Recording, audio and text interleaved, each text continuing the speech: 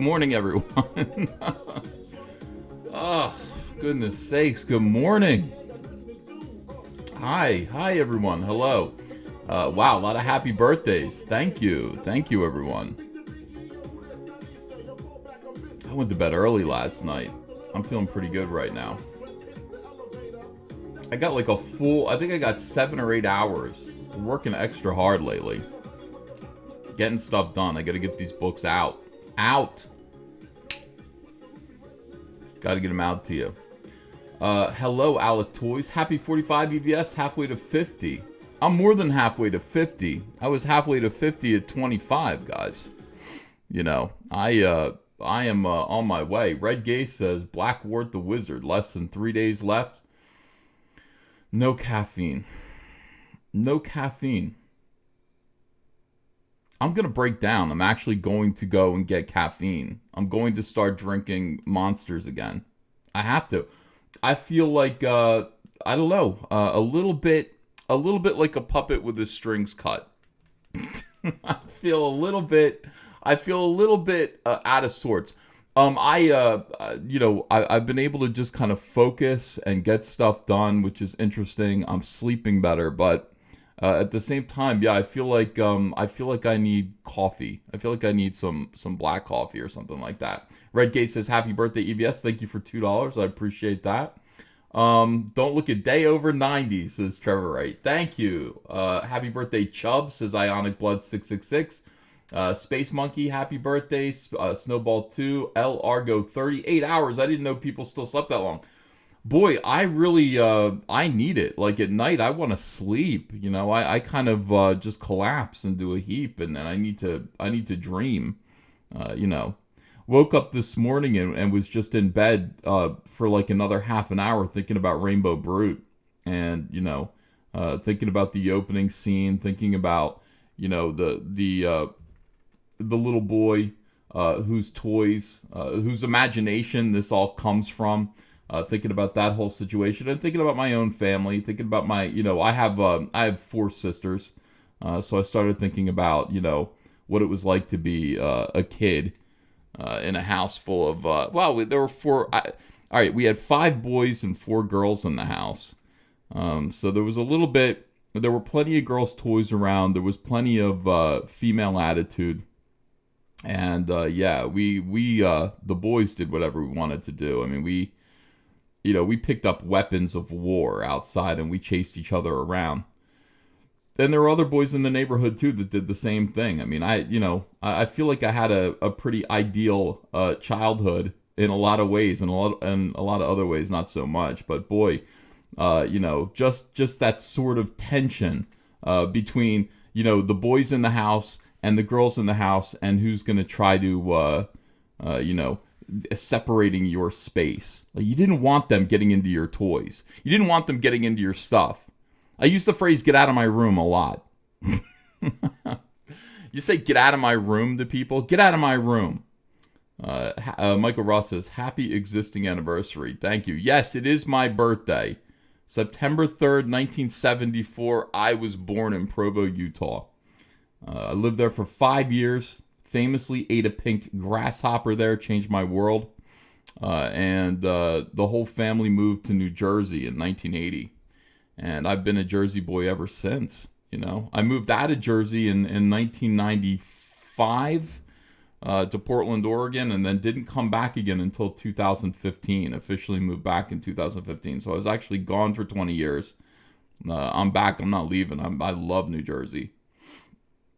Every stick is a weapon, says Mark Trafford. Yeah, but we would get baseball bats. And I told you guys about how aggressive we were. Like, we would steal shopping carts from the neighborhood A&P, and then we'd have 2 shopping carts. There would be littler kids in the neighborhood and bigger kids, and sometimes I was the littler kid, and then I eventually became the big kid. But we would put little kids in the shopping carts, and they would have aluminum baseball bats, and then we would charge each other. We'd go up the side of the road, one big kid pushing the cart with a little kid in it and a baseball bat on one side, the same thing on the other side, and we would have shopping cart jousting. Merchantville, New Jersey. Just, you know, no pity, no like immortality, no thoughts of anyone really getting hurt. Try to beat the hell out of the other person's cart. No, you didn't hit the other person. You tried to smack their cart and knock them over. I mean, they were meant to get hurt. But not because of a baseball bat, because they would fall out of their shopping cart. Yeah. Thank you, Team Jesus. Oh, I appreciate you guys. Yeah, Portland was weird. Living there for a little while, I can see why people there are so depressed. John Robinson says, sounds wholesome. Of course. That's what little boys should be doing. That's what we should be doing out there. We got little kids inside playing video games all day, having their imaginations handed to them. That's not good. We were out there trying to invent things to do.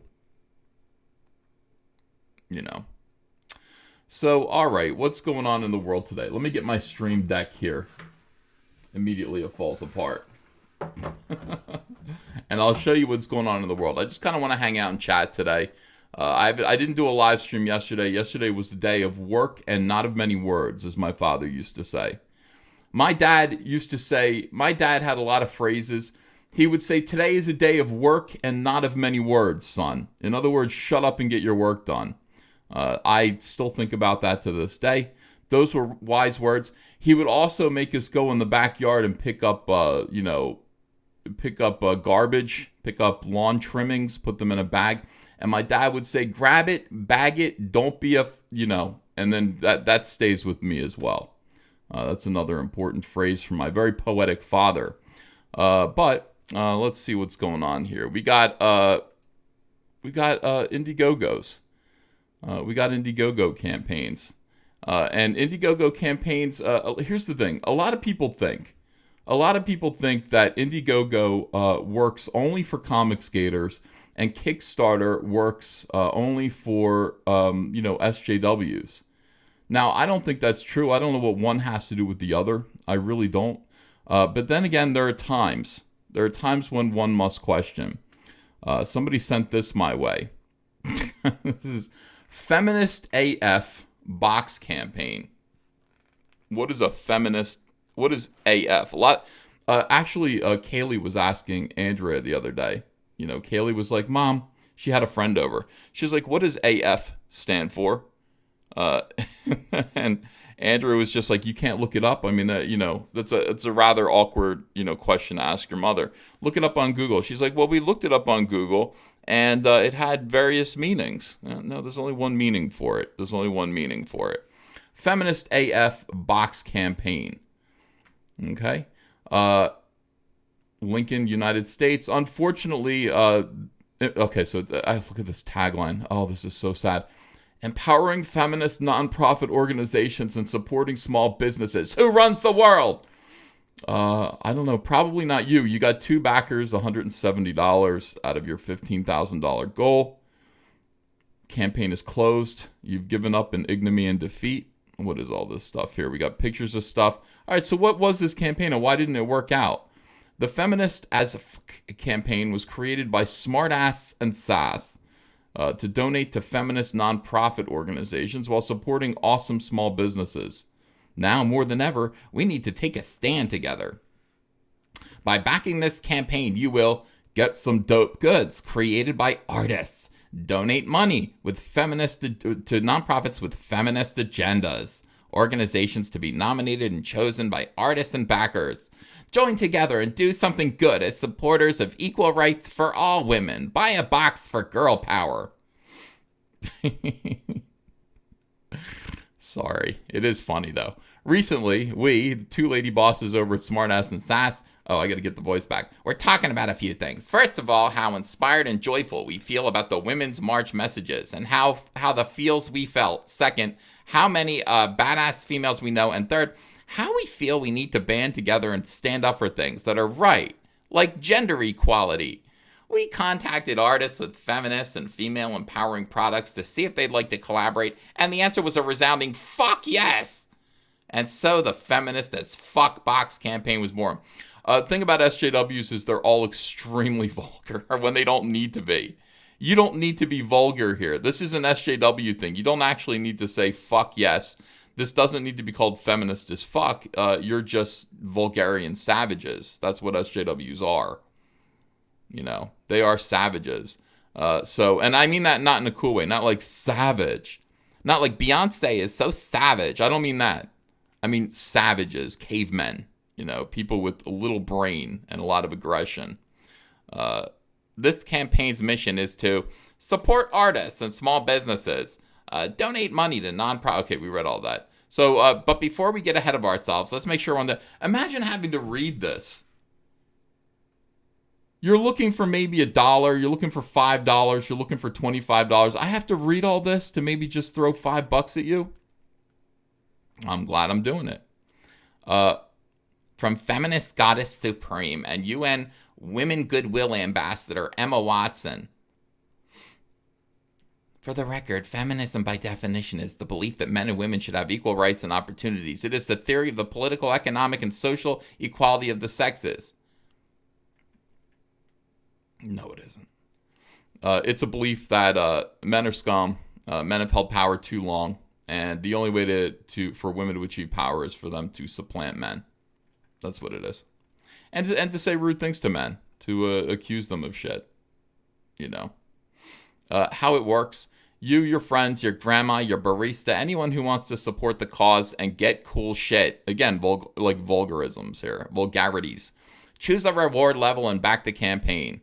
When the campaign ends, Smartass and Sass will purchase badass female empowering products at wholesale pricing from all the artists involved. We will also send out a survey asking for artists and backer opinions. Wow. Smartass and Sass will, and everyone involved with the campaign will send those organizations bags of money and virtual hugs for doing such wonderful things. Meanwhile, artists will produce all of the products and send them to us. Smartass and Sass will package everyone's rewards, toss in some extra goodies, and ship them off to you, your friends, your grandma, and your barista. This is the idea. I mean, all of this work. Look at this. The big idea. We crowdfund from people who think equal rights are rad. 2 people there. 2 people. And then we take the money, we get artist backer communities input on which MPOs to donate to. We send feminist MPOs bags of money.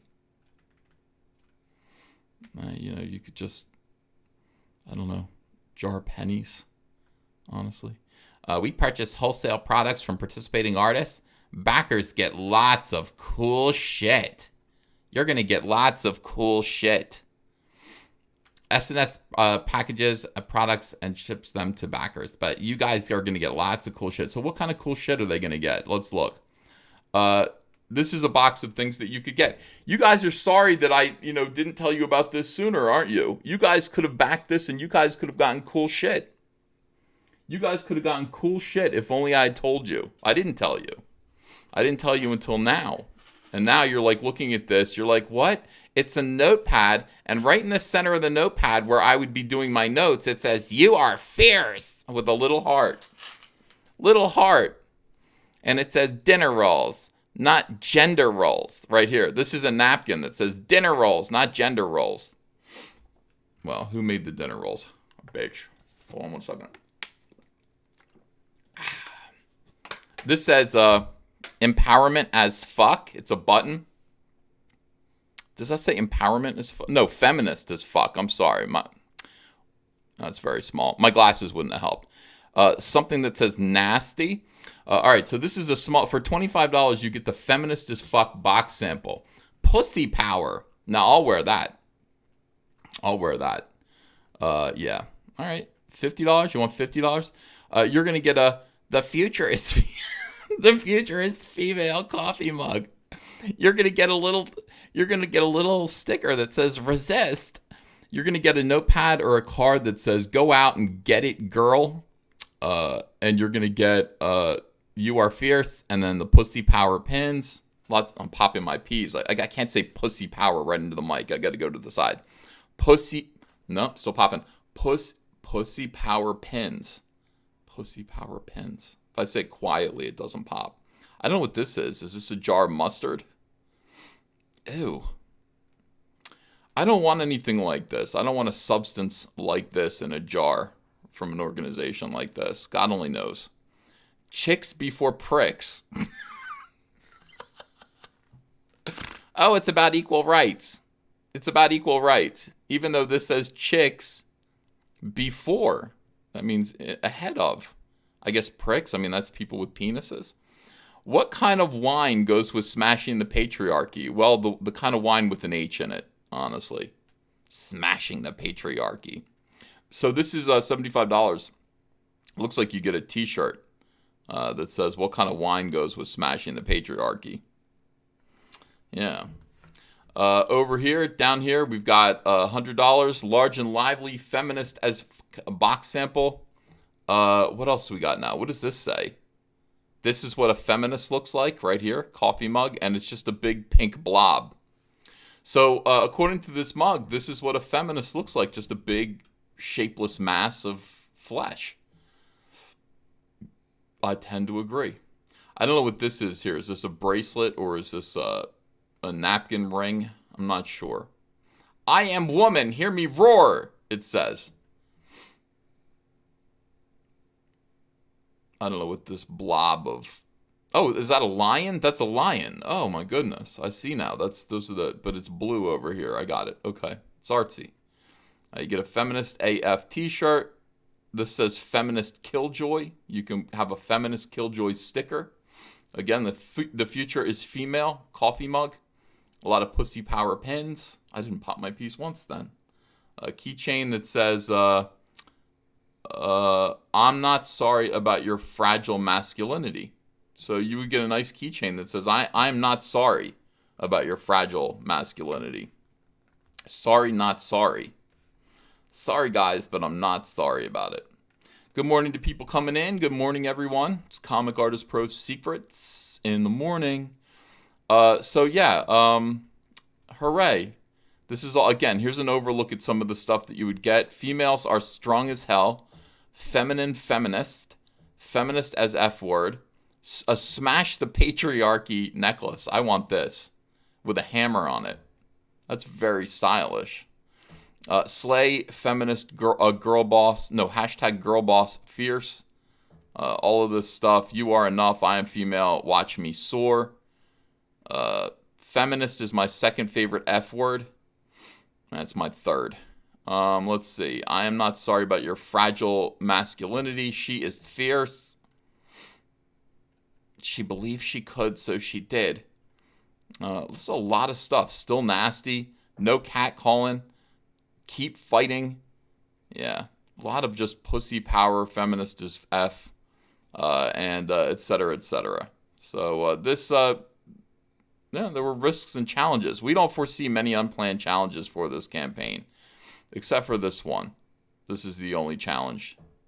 They didn't foresee this challenge. 1% of a $15,000 goal. 1%. 2 people backed it. I wonder what they backed at. I'm curious. I'm morbidly curious. Berzadente, thanks for 50 pounds. Says, happy birthday, oh sunbeaming Caesar. Oh, thank you. Thank you very much. I appreciate that. What did they buy? Oh, 3 people bought the big badass feminist as box, I guess. And that's good. And then 1 person bought the huge heroic feminist as box. Magnificent. That doesn't sound right. The price doesn't make sense. $150 here. Then this is 3 times 75. Did everybody refund them? I mean, everybody must have refunded them. $170. There's no money in it. There's no money in there's no money in crazy feminism. All right, so today is my birthday, everyone. Today is my birthday, and I am 45 years old. And being 45, doesn't prevent me, not in the least, from enjoying video games. I love video games. You know, I like the Pac-Man. I like the Q*bert. Do you remember Burger Time? I like the Burger Time. I like these video games. I think they're great. Somebody made a video game about me. Another one. There's another video game about me. It's called EVS Soy Wars. This is so weird. Why do they do this? This is EVS in Soy Wars. And it's a video game prototype. And I would like to show it to you. And we'll check it out. I mean, you can see there's a toe thumb there. That's interesting. So that's okay. You're collecting little Laughing Man logos. Make America great again. You get a Trump hat that says "Make America Great Again." You're basically collecting. What is that? Go get Daddy's belt. Oh, it's a belt, and I said, "Go get Daddy's belt." Why do I look like a frog with an ass? Oh, you punch these little soy boys? Red Rooster? I collected the Red Rooster coin. Wow, this really does look fun. Why do I look like that? Just a frog.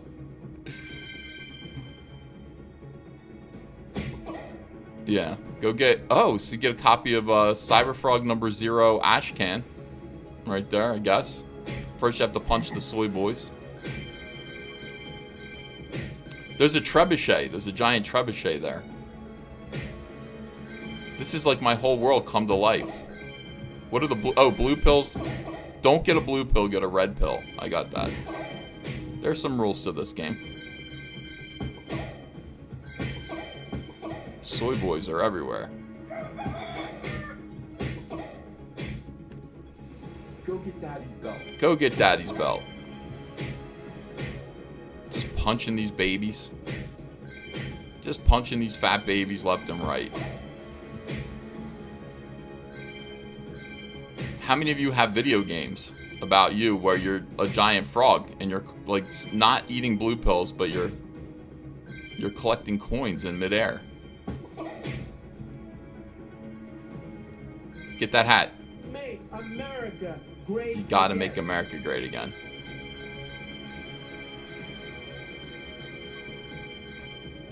Ooh.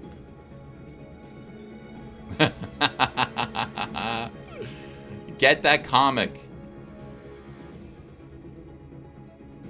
Alright, so I don't know. I just, I found that fascinating. I don't know how you guys do this. I really don't understand how you guys make video games. You guys are geniuses as far as I'm concerned.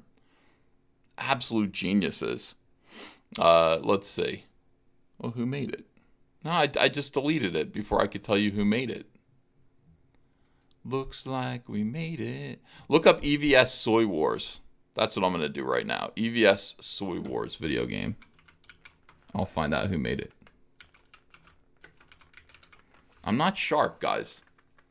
I'm not sharp without my, without my caffeine. I'm telling you that right now. You're all going to be begging me to get back on it. You'll be like, Ethan, get back on the junk. Sarlacc Industries. Sarlacc Industries made it. The Fuzz says, thanks for $2. Says, Hail Caesar, great to be unbanned again. Hail War Campaign. Hell yeah. Yeah. Looks like Unity. Some people are saying, can't wait for the Doom mod. Good morning. Good morning, everyone. Arch City Comics says, where can I get this? It looks better than half of the shit out there right now. Does it? Awesome. I agree. I think it's amazing. I mean, it looks way better than Frogger. It looks way better than Frogger. It looks better than Depression Quest, too. You're right about that. Frog Butt, no cybernetics on the frog, but at least this is a happy-looking game and not depression-oriented. Give the guy props. I will absolutely give the guy props. Very excited about getting a video game about me. Eddie Winkler, thanks for $25. Says, hey, Uncle Ethan, love your stuff and will continue to support your project, but I'm shamefully going to ask if I can plug a Twitter account to generate some hype for an upcoming comic book I'll be working on soon. Of course you can. You can do whatever you want around here. We are a free society. Comic Artist Pro Secrets is a free society, I think. Other thing I saw today that I really liked, I was like looking at the Mary Sue. And you guys are going to be like, why are you looking at the Mary Sue? I really like the logo. That booty. And they changed it up. I mean, now it's Kill Bill. You know, that's cool. I dig that logo. You know, I do. Ever wonder what Tobey Maguire would look like on Tom Holland's body? No? Well, too bad. I do. You know, I realize watching these new Spider-Man movies that Tom Holland has very little charisma and Tobey Maguire was a superstar. You know, Tobey Maguire was an actual superstar. That's a celebrity with charisma, not just some stand-in that kind of looks like Peter Parker. Tobey Maguire really was something else. We didn't appreciate him while we had him. He's kind of the Michael Keaton of Spider-Man. When Michael Keaton was announced that he was going to be Bruce Wayne, everybody was sad. Everybody complained. A few people shit themselves. But you know, I liked Michael Keaton. I didn't see him as Batman, but I really thought he was the kind of guy who could kind of you would like him. You would root for him. You would root for Michael Keaton on the screen. And I did. I rooted for him in Mr. Mom too. I'm waiting for them to do a feminist remake of Mr. Mom. Gender swap that out. Mrs. Mom. 3D Robin says, did you ever play the finished demo I made for Cyberfrog EVS? I don't know if I played a finished one. I played a lot of demos of that game, 3D Robin. A lot of them. You're another genius. Never Cold says, Toby was a great Peter Parker. Let me rephrase that. 3D Robin is the genius. Peter Mayer says, happy birthday, EVS. Hope you have a great day. Oh, thanks for $2. You guys are like sending me birthday cards here. Now, I like Tobey Maguire the same way that I like Michael Keaton. I don't remember having doubts about him. I don't remember really caring one way or the other. Adrian Stone says, happy birthday, Sunbeam. Sends me $20. Thank you, Adrian. It's kind of you. And I'm gonna have a very happy birthday today. I'm gonna do a lot of working. I think I'm gonna do some more drawing today. Ever wonder what Tobey Maguire would look like on Tom Holland's body? No, well, too bad. Now, they have this technology now where they can just do these deep fakes. You know, the porno industry will never be the same if you're into that, you know. But it is interesting because they're taking trailers and they're swapping out the actor that's in there with the face of somebody who's preferable. They did it with the Solo trailer. They took, what's his name out of there, Alden Ehrenreich, and they replaced him with Harrison Ford, like a younger Harrison Ford. And you got to see what Solo would look like if it were actually, you know, Han Solo and not some faker. Well, the same thing's happening here. Like, what would happen in an alternate reality if Tobey Maguire continued to be Spider-Man? And I know that there are a lot of people out there who kind of feel like they wish that this were the case. I know Jeremy from Geeks and Gamers loves Tobey Maguire. And really wishes that he were still Spider-Man. And I don't know why he's not. I really don't know why he's not. But this is absolutely excellent right here. I was happy to see this. Let me blow this up if I can. Wow, oh, I got to look at it on YouTube first, and then I can blow it up. The trailer is about to play, but if you haven't seen Avengers Endgame yet, stop watching because there's some serious spoilers about it. Okay, obviously that's not Tobey Maguire's voice. That's Tom Holland's voice. But that is goddamn, excuse my language, that is miraculous. That is something else. That looks real. That looks absolutely real. All right, so they're gonna swap out Tobey Maguire. They're gonna put him in there instead of Tom Holland for this entire trailer. Come on. But if you have seen Avengers Endgame, enjoy the trailer. Everywhere I go. Oh, it's him. It's the real Spider-Man. I just really miss him. Yeah, I miss him too. I don't think Tony would have done what he did if he didn't know that you were going to be here after he was gone.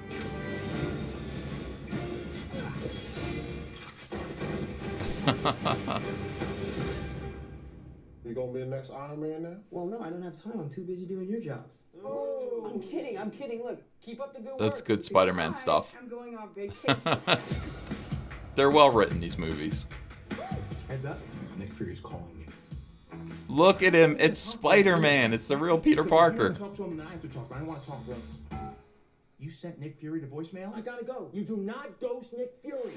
What's up? We're just talking about this trip. I'm here in St. Marco Polo. Oh, I think MJ really likes me. Oh my God. This would be so much better. Mr. Beck. We could use someone like you on my world. Your world? Beck is from Earth, just not ours. The snap to our hole in our dimension.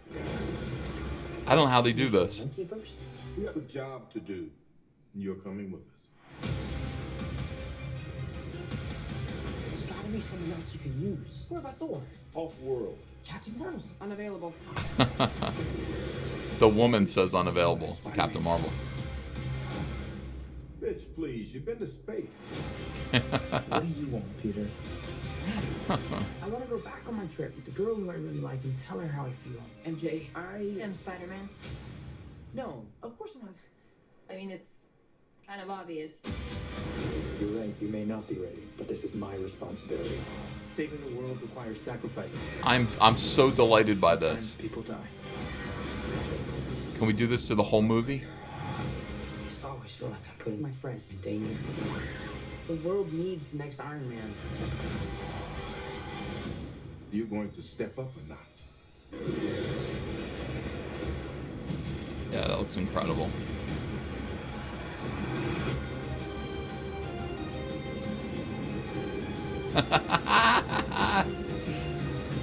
I don't know, guys. I don't know. I mean, that looks cool to me. You know, call me old-fashioned.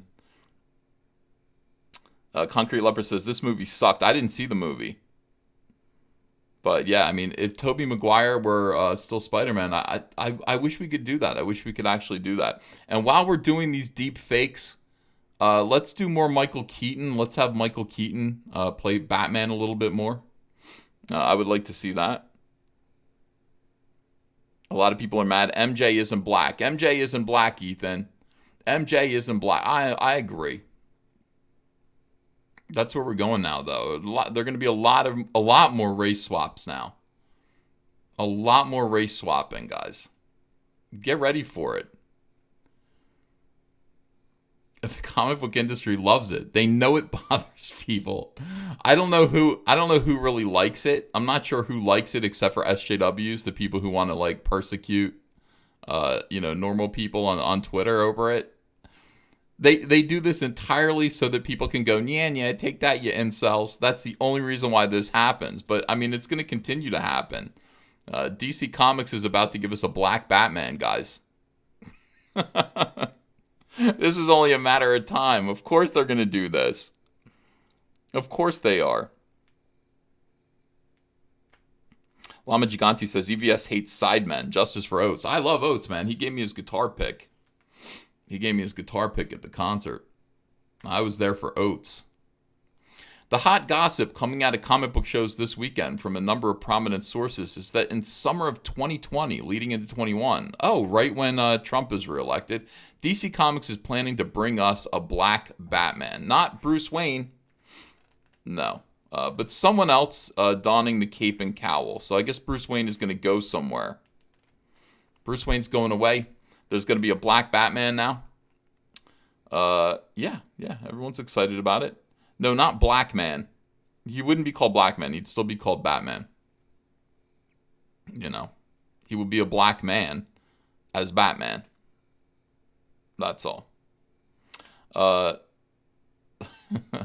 Who this new Batman will be, I don't know. All I have been told is that it won't be Duke Thomas, the young man previously teased as taking the role of Robin and Batman to come. All right, so we've got Marvel Universe. Look, Marvel Universe has done this. They've given us a black Latino Spider-Man with Miles Morales.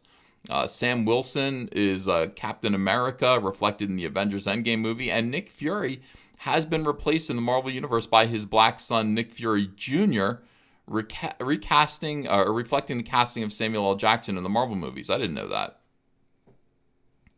While in Doomsday Clock, DC Comics unauthorized sequel to Watch Unauthorized. Whose authorization do they need, bitch? They don't need anyone's authorization. They own those characters. They can do whatever they want. Why is everyone pussyfooting around Alan Moore? Alan Moore. I understand.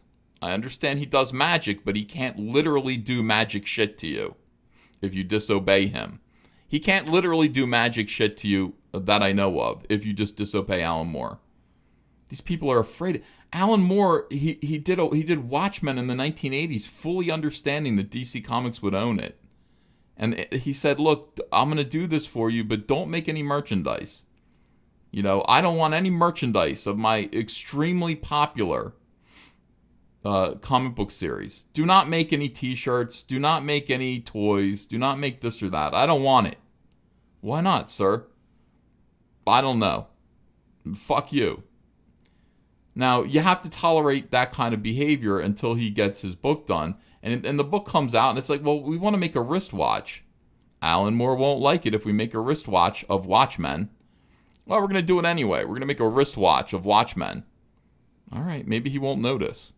Hey, he's all the way in England. Maybe he won't notice that we made a wristwatch of Watchmen. And so they do. They make a wristwatch of Watchmen. Alan Moore flips the fuck out. He's got magic. He does magic. How would he not know? How would he not know? This guy does magic. He practices the black arts of magic. How would he not know that you made a wristwatch? Of course he would. Of course he would. His alarm clock told him. So, Alan Moore flips the fuck out and refuses to ever work at DC Comics again. This is a true story. I'm never working there again. And for some reason, the entire comic book industry doesn't point and laugh. They just go, okay, well, we know what we did was wrong. And now we promise you, Alan, that to make it up to you, we're never going to use your characters on Watchmen. We will never use them. Even though they are going to make us a ton of money, or they would make us a ton of money if we did so. Even though you created them for us, you accepted a paycheck, and it was work for hire, and everybody knows that if you do work for hire for one of the big companies, you're not going to own it. They're going to be able to do whatever they want with it. For you, Alan, because you are a wizard, we are going to make a special case. There's a Warlocks clause in our contract. We are going to not do Watchmen because we respect you. Okay? He's like, fuck you. Okay, all right. Alan Moore continues the rest of his career. He goes over to, he's like, hey, I got a bunch of Superman stories. DC's like, will you want to do Superman stories for us? No, fuck you. I'm going to go do my Superman stories for Rob Liefeld. He's got a property called Supreme, and it's an intentional Superman ripoff. And so I'm going to go over to Rob Liefeld and Extreme Studios or Awesome or whatever it was, Maximum Press. And I'm going to tell all of my Superman stories through his character Supreme. Well, wouldn't you rather just do them with the real? No, fuck you. Oh. But we respect you so much. We respect you, sir. Okay. And then finally, so they sit there on Watchmen for literally 30 years and do nothing with it. We're gonna respect Alan Moore. We're going to respect Woman. We respect Alan Moore. We're not going to use his characters. And then one day, one of them just goes, what are we doing? What have we been doing? And Alan Moore announces his retirement. He's going to leave comics, never to do comics again. His last words are, fuck you. And DC Comics finally woke up and said, yeah, you know what? We own Watchmen. We're gonna do it. They already made a movie out of it. It was semi-successful. We're going to bring the Watchmen characters back. We own them. We've owned them all this time. We don't have to listen to Alan Moore. Why in this one instance is a huge corporation owned by Warner Brothers, which is deeply in debt, why are we listening to Alan Moore? Why are we doing that when there's possibly billions of dollars in exploiting these characters of his that we own, that he created? Why is that? So they woke up and they started doing Watchmen stuff. I remember when it happened, it was really controversial. The entire comic book industry shuddered. Are you sure you want to do that? He's not literally magic. He can't literally cast spells on you. If you can, could you turn me into a frog, sir? I ask you. If I woke up as a frog, maybe human-sized, I'd be okay with that. But you won't, will you? Because you can't. Because you can't.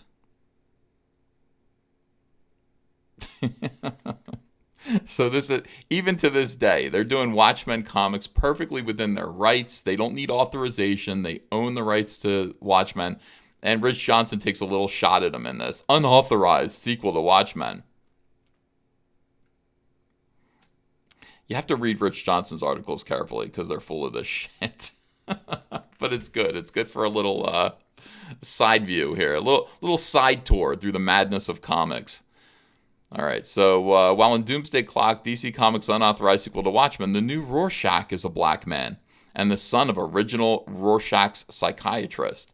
It looks like the mainstream DC Comics universe may be headed in a similar direction with Batman. Could this also find itself reflected in the DC movies? Probably not. It's not the only time other people have taken on the role for a considerable period of time. The character of Azrael became Batman after Bruce Wayne had his back broken by Bane. I know, he became a Frenchman. In the Nightfall comics in the 90s, Nightwing took on the role of Batman at when Bruce Wayne was missing and presumed dead, sent through time by Darkseid in the noughties. The 2000s. And the future versions of the DC Universe have seen his son Damian Wayne. Not Damon Wayne. Not Damon Wayans.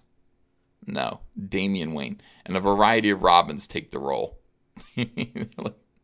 And then there was this horrible thing by Cully Hamner. The Signal. He's the Signal.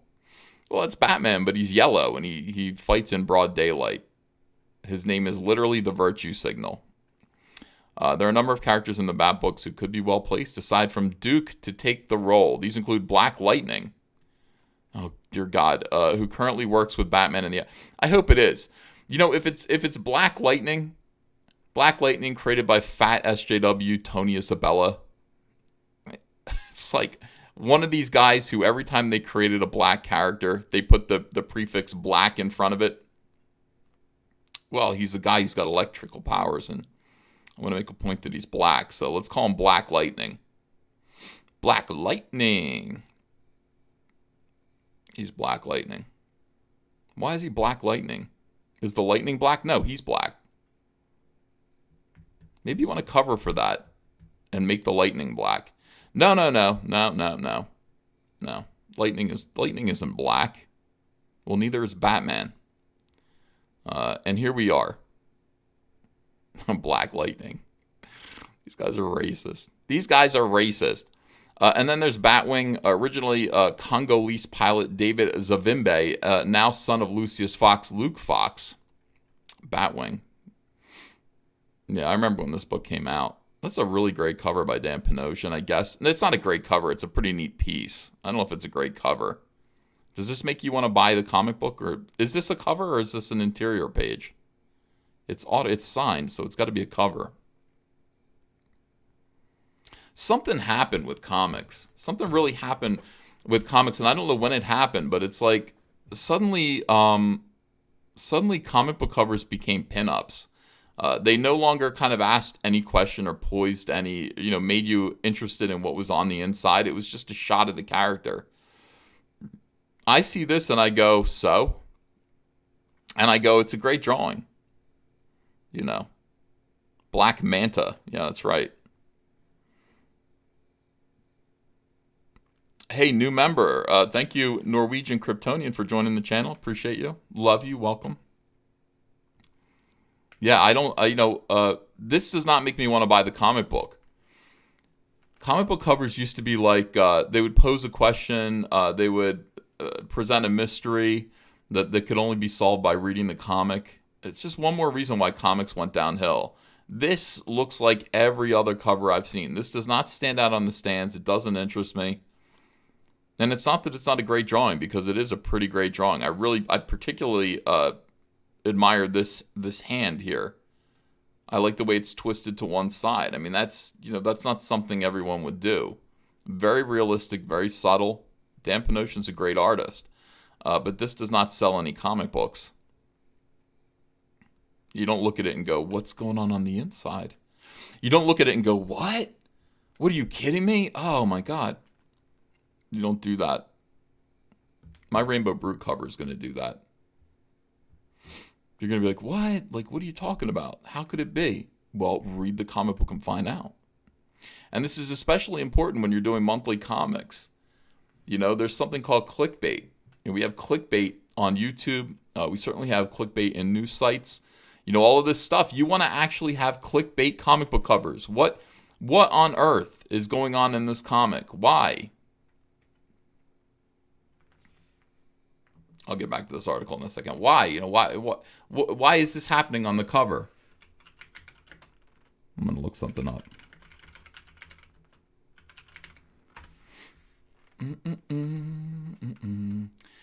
And that's what a good comic book cover should actually do. I'm going to try to find a good one by me. There aren't that many. Here's a good one by me.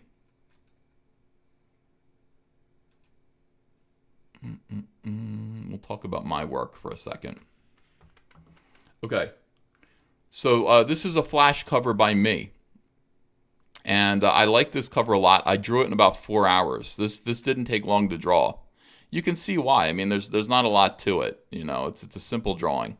It's a simple drawing from a simple man. Hey, good morning, David L. Good morning. Good morning, Kibble Wibble 1. Trevor Bruce says Ethan Van Flannel. Hey, look, it's you know, it's June. It's not June. It's September. We're going into autumn. I'm going to start wearing flannels more. Here's why I think this is a great cover, because it poses a question. Look at the title. It says The Secret from the Grave of Flash. You've got a kind of ghostly image of Barry Allen back here. He's popping open his ring, and everybody knows that the Flash wears a ring. Does he wear it on his ring finger? I guess he does. Like he's married. It's a wedding ring. Is it a wedding? It is. It's on his wedding ring hand. That's not good, EVS. You could have done better than that. You know. But anyway, he pops his ring open. And, you know, his Flash costume is hyper compartmentalized in there. That's one weird thing about Flash. And his costume pops out, and he'll usually put on his costume in super speed.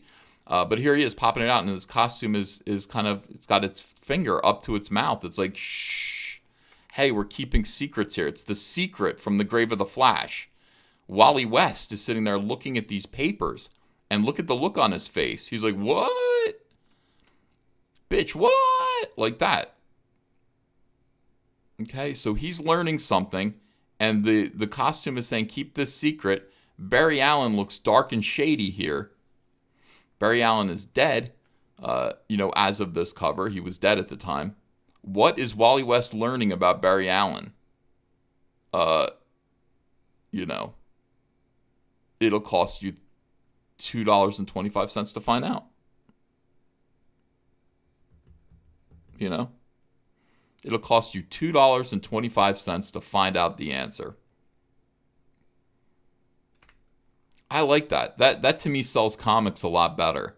When you actually have a mystery. When you go, what is Wally West learning? What is the secret? What is the secret? What's in the box? You know, what is it? What does he know that I don't know yet? And that everybody else is going to know if I don't read this. It'll cost you $2.25 to find out. And people aren't doing this anymore.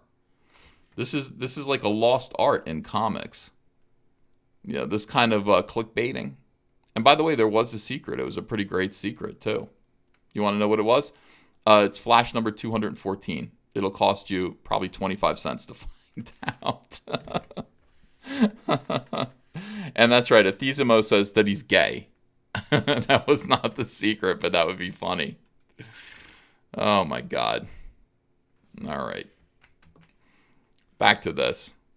So anyway, this is a neat drawing, but not a great cover. Or it could be someone new. Once upon a time, a comic book writer named Mark Miller pranked Ed Brubaker, then writing Batman comic books. Miller posed as a journalist and asked an increasingly frustrated Ed why Batman wasn't black and why he couldn't just be black some of the time. Looks like he was just a little ahead of his time. All right, so very good. We got a black Batman coming. Wow, 121 Black Panther. Everything's black. We got 121 comments. You know, most of them are going to be about Comicsgate, I'll bet. Yeah, this is one that's interesting that I saw right away. Look at this. The anti-SJWs are going to have a field day with this one. Well, I'm anti-SJW. I don't care. You know, like at this point, this is an old joke. You know, the gender race swapping, you know, goofballery. Everyone's gay has become a joke, and it's like at this point we warned you that you were going to destroy the comic book industry. We said you're going to kill the comic book industry if you keep doing this. There's going to be almost no money left. People are gonna flee, and they said, "Oh yeah, well Iceman's gay. F you." And once again, there are a lot of people saying F you. There are a lot of people saying F you, and it turns out they're the ones that get F'd in the end. I mean, it's like this is. You can do this all day long. The comic book industry has shrunk, and it will continue to shrink. You know, and that's the sad truth. God, Bleeding Cool is horrible. Bleeding Cool did an article about me one time that exposed another a hidden message that I put on a comic book cover, and DC Comics made me change it. Let me see. Because of them. See if I can find this. Here it is. You son of a bitch. This was, I never did a video about this before. I never did a video about this. I never talked about this. I should have. Yeah. This is August 26, 2010. Rich Johnson, Bleeding Cool. These guys seethed about me all day long. Ethan Van Sciver is a right-wing, independent-minded, forceful person who never shies away from controversy. You don't say. He also gained infamy for, at Grant Morrison's request, not true, hiding the word sex in a number of panels in New X-Men. By the way, that was not Grant Morrison's idea. He was very surprised by it. You know, I am independent-minded. I do things on my own. And Grant Morrison said, did you do that because the character's name was Sublime? I said, no, I didn't even think of that. It didn't even occur to me. So here's what we did. Now, I always do little things like this. Sometimes they escape notice. But I believe in stuff like this. I believe in doing three-dimensional comics. You know, I want people to actually have to go back and look at my work more carefully and find things that I hid. This is the cover to Justice League JLA number 50. Let me see if I can blow this up. Oh, yeah. Oh, yeah. That write-up is pretty fair, actually, says Mitch. Yeah, that was, you know, they were still being subtle. Look at this. All right, so we've got the Justice League, and they're fighting the crime syndicate. And you can see Superwoman is punching the living hell out of Donna Troy. I mean, destroying Donna Troy. Yeah, this is my cover art. And like they're in the I guess they're in the Justice League Museum. I don't know what this is here, but they're in a museum. I was told to draw them in a museum where all of these artifacts are kept. I said, you know, you're not going to really be able to see them. They're going to be very small. Doesn't matter. We want to see these artifacts anyway. So you can see there are artifacts. If you look really closely, you can figure out what they are. I don't remember anymore. There seems to be a Starro on the wall back here. You know. But as Superwoman punches Donna Troy through this Justice League, there's like an old Justice League logo, Justice League of America logo from the 1960s here. And she smashes her head through it, breaks into pieces. And the Justice League logo has been broken up. STFU. Shut the fuck up. Boom. It's very subtle, guys. But, you know, that's how clever I am. So dumb. I thought it was funny. But, you know, yeah. It's the trophy room. B. Carswell says, create new characters, don't destroy an existing one. 100%. Microaggressor, thanks for 10 euros, says, Tales from the Classroom is a fun-packed post-mortem romp following everyone's favorite teenage zombie, Rob Muerto, as he struggles to adapt to his new school. Follow him on Instagram at Rob_Muerto. Yeah. So because of this, I mean, they did an article. It didn't make it to print because Bleeding Cool ruined it. DC went, oh my God, well, why? I said, look, I'm not telling the fans to shut the F up. I'm telling, it's Superwoman. It's a visual joke. It's almost like the Coyote and Roadrunner. You understand? It's like, it's a humorous thing that happens. She's telling her to shut the F up. Because she's punching her in the face. Nice boobies, by the way. I will be appreciated at some point in the future. At some point in the future, people will people will realize how awesome I am. You know. Yeah, a lot of people like the boobs. Nevercold says the F is by her boobs. 100%. Dobin Mogg says, when do we get the album with backwards messages? Oh my God, I love backwards messages. Absolutely love them. That was one of the scariest things in the world. Like I was over first of all, I believed in backward masking, and my friend would play his records backwards. He was able to do it on his record player. He just had a button that would reverse the record. Like you would have to do it by hand, and it didn't really work right. But he had a little button on his high-tech record player that would just play it backwards. And he took the Prince Purple Rain album and played the Hidden Message backwards. And it was, I swear to God, I got shivers, and I thought the devil was going to get me. Prince says, when you play this backwards, he goes, hello, how are you? I am fine because I know the Lord is coming soon. Ha, ha, ha, ha, ha. I'm like, holy shit. Have you guys heard that before? Oh, scary. I was like, the Lord is coming soon. What do you mean? Why do you make it sound evil? Yeah. King KDI says, this day could be the Comic Artist Pro Secrets Appreciation Day, not just your birthday. Well, we can make any day that if you want, you know. All right, hold on. Let me play that Hidden Message. I haven't heard it since I was a kid, and this is the great thing about YouTube.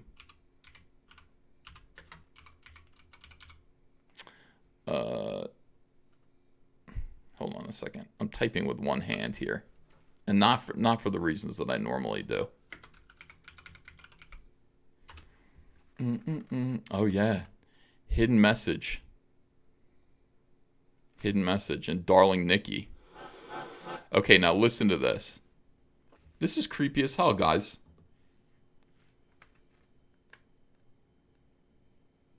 All right, here we go.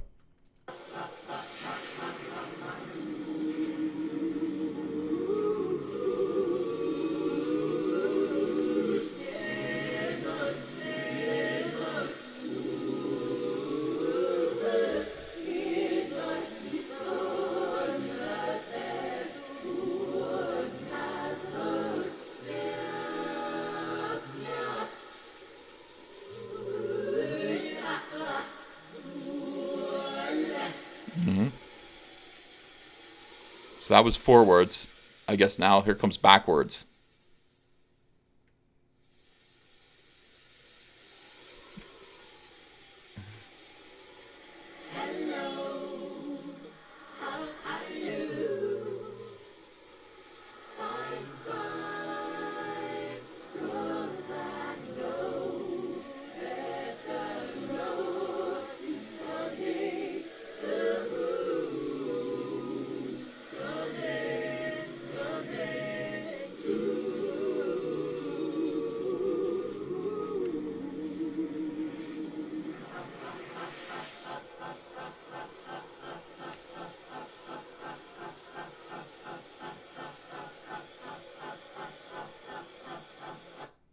Yeah. I'm sorry. I find that unsettling. That was backwards. Yeah. Good Lord. I find that creepy. I love stuff like that. Absolutely love hidden messages.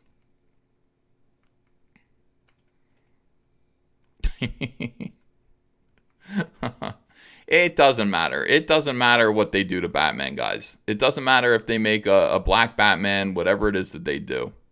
It's fine. They can ruin everything. In some way, I mean, you know, we're watching superhero movies kind of go legit. You know, they're no longer going to be popcorn, you know, popcorn entertainment. You know, they're not just going to be for dummies. You know, these people have no respect for, like, comic book fans. You know, it's pretty clear. Like, 90% of superhero movies are pure crap. But there's one that's coming out that has everybody really worried. Has everybody freaked out. You know, and don't be freaked out either. This movie's going to be great. It's going to be great. Yeah. It's the Joker movie. You know, listen, I'm an adult. I like Martin Scorsese films. I like gangster movies. I don't really watch superhero movies very much anymore because they're all very formulaic. They're all the same. They're full of Joss Whedon's sense of humor, and I hate Joss Whedon's sense of humor. I really do. I hate the way he writes characters. They're all having a good time and being goofy. Like serious, you know, disasters are occurring all over the world, all over the universe. and they're just being jackasses. I don't like it. I find it to be offensive. Joker looks like it's going to be great, and I'm telling you, SJWs are hateful about this movie, which is stupid because they don't see it for what it is.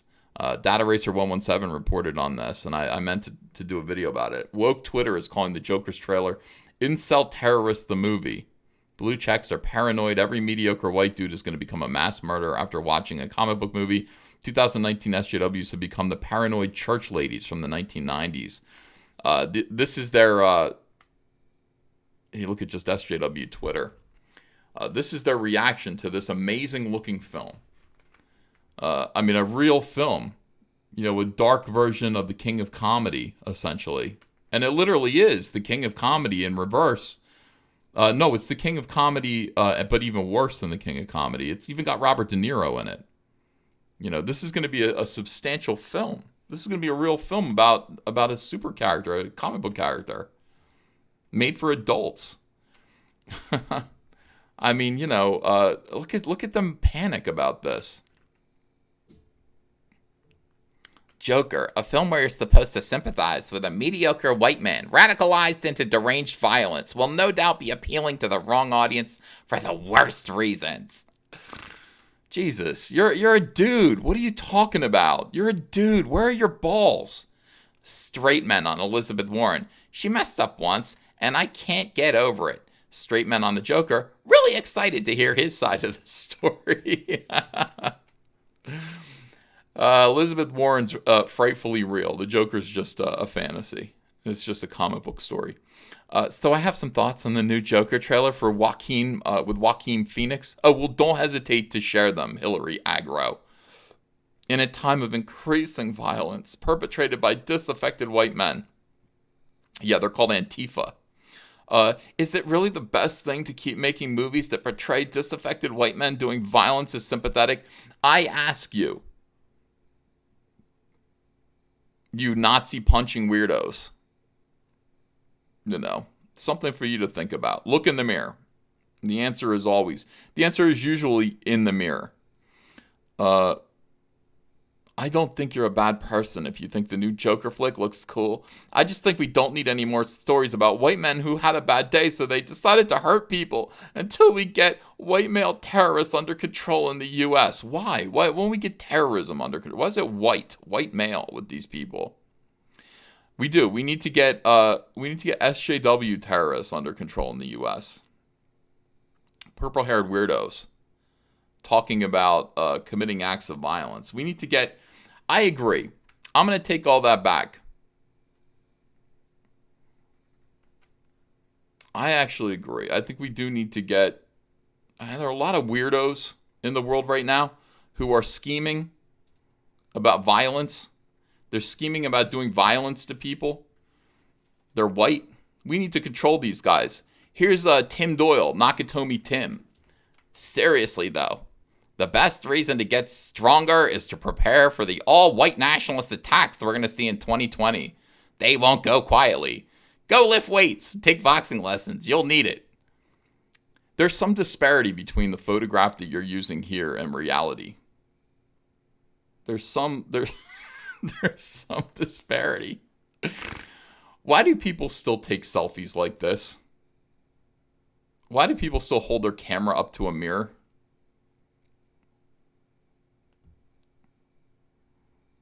We have to control this person. Look, he's going to commit an act of violence at any moment. He's actually talking about it. He's talking about committing acts of violence, getting himself in peak physical fitness.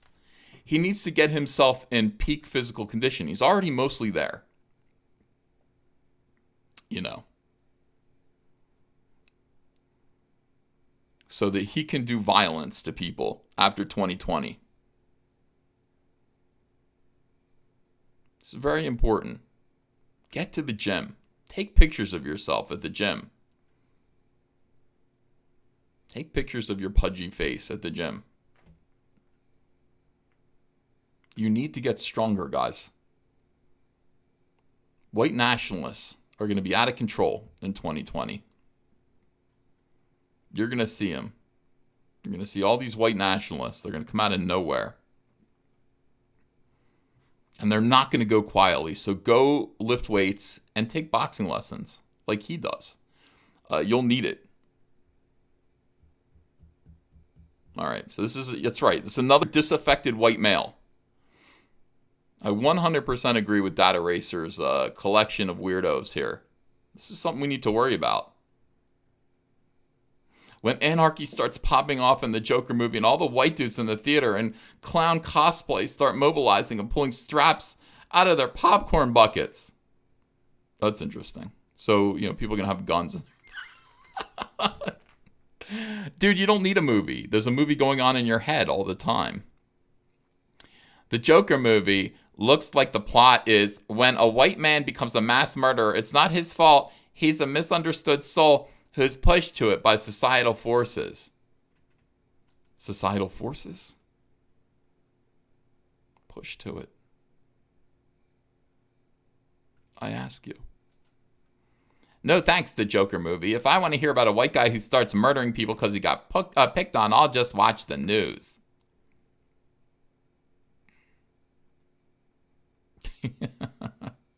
With every trailer, the Joker movie looks more like the plot is white dude gets treated like people who are not white dudes are always treated, becomes a supervillain, and it is so cool, you guys. So cool.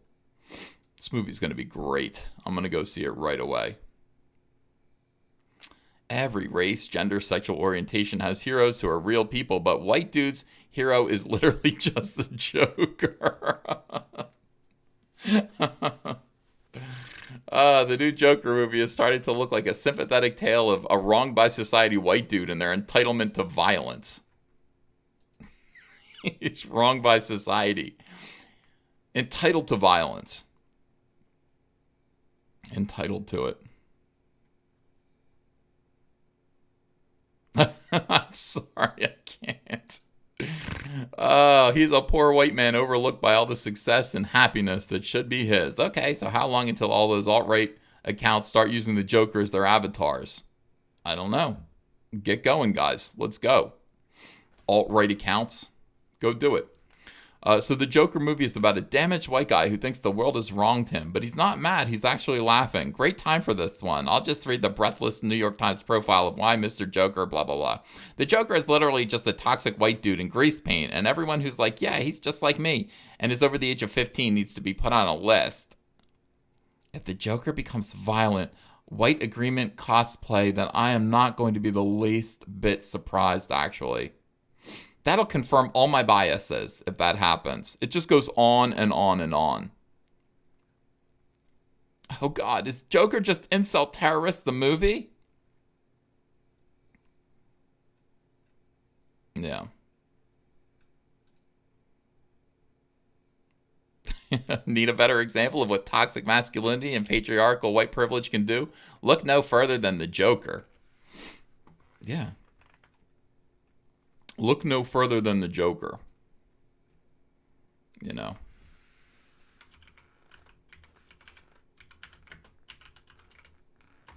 One second. Yeah. I mean, this is already, the Mary Sue. The Mary Sue in June was panicking about this. Oh my God, Joker's going to be rated R. This is going to be terrible. It's going to be dangerous. It's unsettling as hell. Oh my God. This is just, oh my goodness. This was last year at this time. Let's look at what they're saying today. And scroll down to Mary Sue here. Oh God. Straight pride. Straight pride. Things we saw today. The first reactions to Joker are in, and they're great. Let the Oscar buzz commence. How do you like that? How do you like that, my friends? What do you know? While most of America is enjoying the first day of a long weekend, film buffs are watching the news out of the Venice Film Festival, where Todd Phillips' Joker just debuted to enthusiastic applause and massive buzz. The film's stars and directors met with reporters in a press conference where they discussed cinematic influences of the film, including Taxi Driver, The Man Who Laughs, Really, to me, it looks like Rupert Pupkin a little bit, but okay, Taxi Driver. It was his struggle to find happiness and feel connected and to feel warmth and love. And that's the part of the character I was interested in. He was so many different things to me. Who he was in the first few weeks of shooting was completely different than who he was in the end. He was constantly evolving. I've never had an experience like this. The more unpredictable and looser we left it, the more exciting it was. The film itself received standing ovations as the credits rolled. But what are the critics saying? David Ehrlich calls it the boldest reinvention of superhero cinema since The Dark Knight. Richard Lawson from Vanity Fair. It might ask us to root for a character that's all too familiar in an era of mass shootings and economic unrest. Owen Gleiberman, blah, blah, blah. An effusive, very spoiler-heavy review from him. There are women, thankfully, weighing in on the film as well. With Terry White at Empire saying, reducing the movie to a parable about today's outsiders is too simple, and Joker does anything but deliver you easy answers. That's right. Jenna Bush praises the film. It's not active misogyny. It's a disregard for the depths of others. And it's done with everyone, not just the women. Whatever. It looks like a great movie, and it looks like everyone at this point is acknowledging the greatness of the Joker. Despite all of the foot stamping. Very few people, by the way, said that Captain Marvel was a good film. Granted, it made a lot of money. Nobody can deny that. But almost nobody said that movie was good. Almost nobody. Not even me. I didn't think it was good. I watched it. I thought it was horrible. Norwegian Kryptonian says, happy birthday. Remember cake? Have you seen a deal of Steele's video? Superman arrives in Avengers Endgame. He cut Captain Marvel out and added Superman. That sounds pretty cool. Welcome, everybody. Hello. There are a lot more people in here now. It is my birthday. I'm 45 years old today. I'm halfway to 50. Kraken says the best Joker since the last Joker. No, I didn't like the last Joker. The best Joker was from The Dark Knight. I think the Suicide Squad Joker sucked. The Joker will flop. It's a drama without Batman. I think people might go see it. I think if it gets good reviews, people will see it. You know.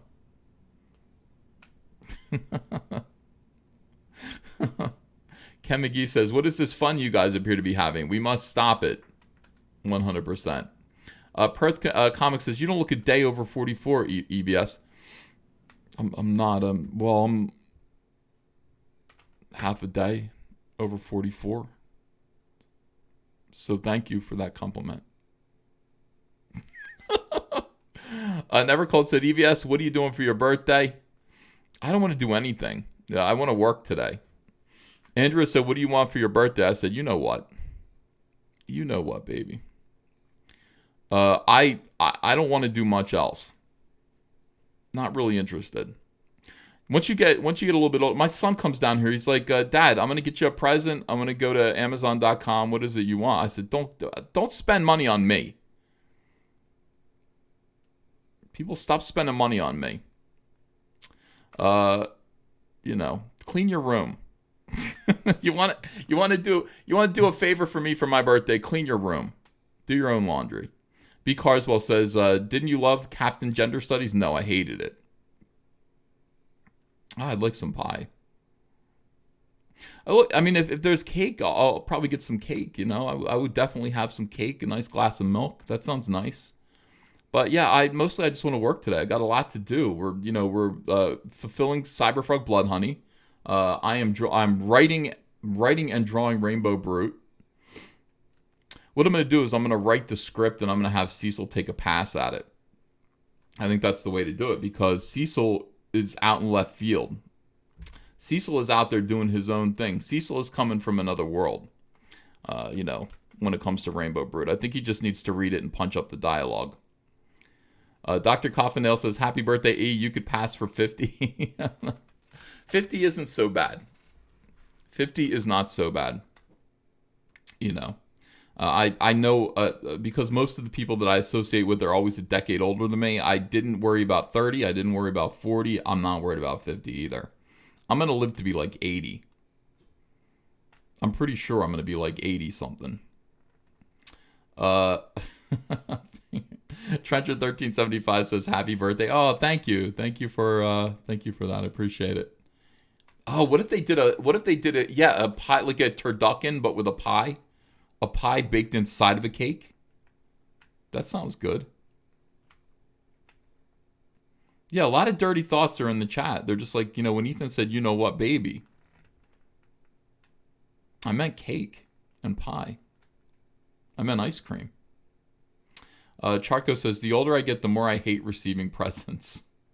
I do too. I hate the idea of people buying me things. It's like, if I want something, I'll get it for myself. Really, what do I want for my birthday? I want people to be nice to me. I want kindness. I want peace around the house. I want no yelling. I want a nice nap if I want one. I want to have a day of... I'm becoming like my father. Just more like, hey, some quiet time, please, so I can read. That's what I would like. John David says he's 48. See, it's not so bad. Ken McGee says, do you have any pets, EVS? Yeah, I have a cat. I have a cat named Lily. Lily is a Maine Coon. And she's a pain in the ass. No, she is, though. She's a pain in the ass. Came downstairs, and I got a glass of orange juice. And Lily is down on the floor going, meow, like she's a dog. Like, these cats are like dogs. She's down on the floor going, meow, at me like this. She wants my attention. Or something. She wants something. And I'm like, okay, I'm going to put this juice down on the island, in the kitchen, the island area. And I'm going to go to the bathroom. Had to pee. And I'll come back and I'll get my juice. And I went, if I put this on the island, the cat is going to jump up on the island. I know it. To check out what I'm drinking. So I took the orange juice and I put it over on the little area next to the refrigerator. Very small. Has a speaker on it so we can listen to music. And I come out of the bathroom and the cat is up on that bathroom with its head in my orange juice. I'm like, are you kidding me? It's orange juice, Lily. It's orange juice. You don't want it. I don't think cats like citrus. Why is your head? And I got to dump it out and I got to get more orange juice.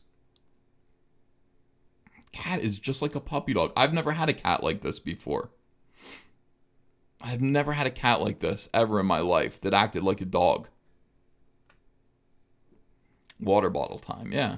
No, I wanted orange juice. Hank Spectrum says, happy 45. Say goodbye to ascending stairs without knee pain. Oh, I'm starting to notice that. Is that just my old age? Or sleeping through the night without a 3 a.m. whiz? Yeah, I get up to pee. I'm starting to notice that. I go up the stairs, I'm like, whoa, my knees. And I just attribute it to me sitting all the time, And I'm like, I'll get up and I'll start running and walking. It'll do better. Spiky Madness says, hey, you look slim, son. Yeah, thank you. Appreciate that. Looking slim. Oh, my goodness.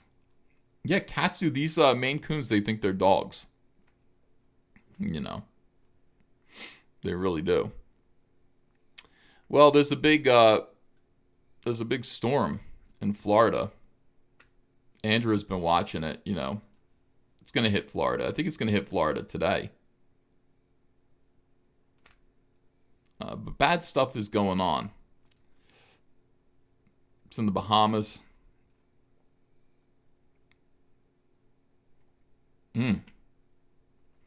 And Disney again.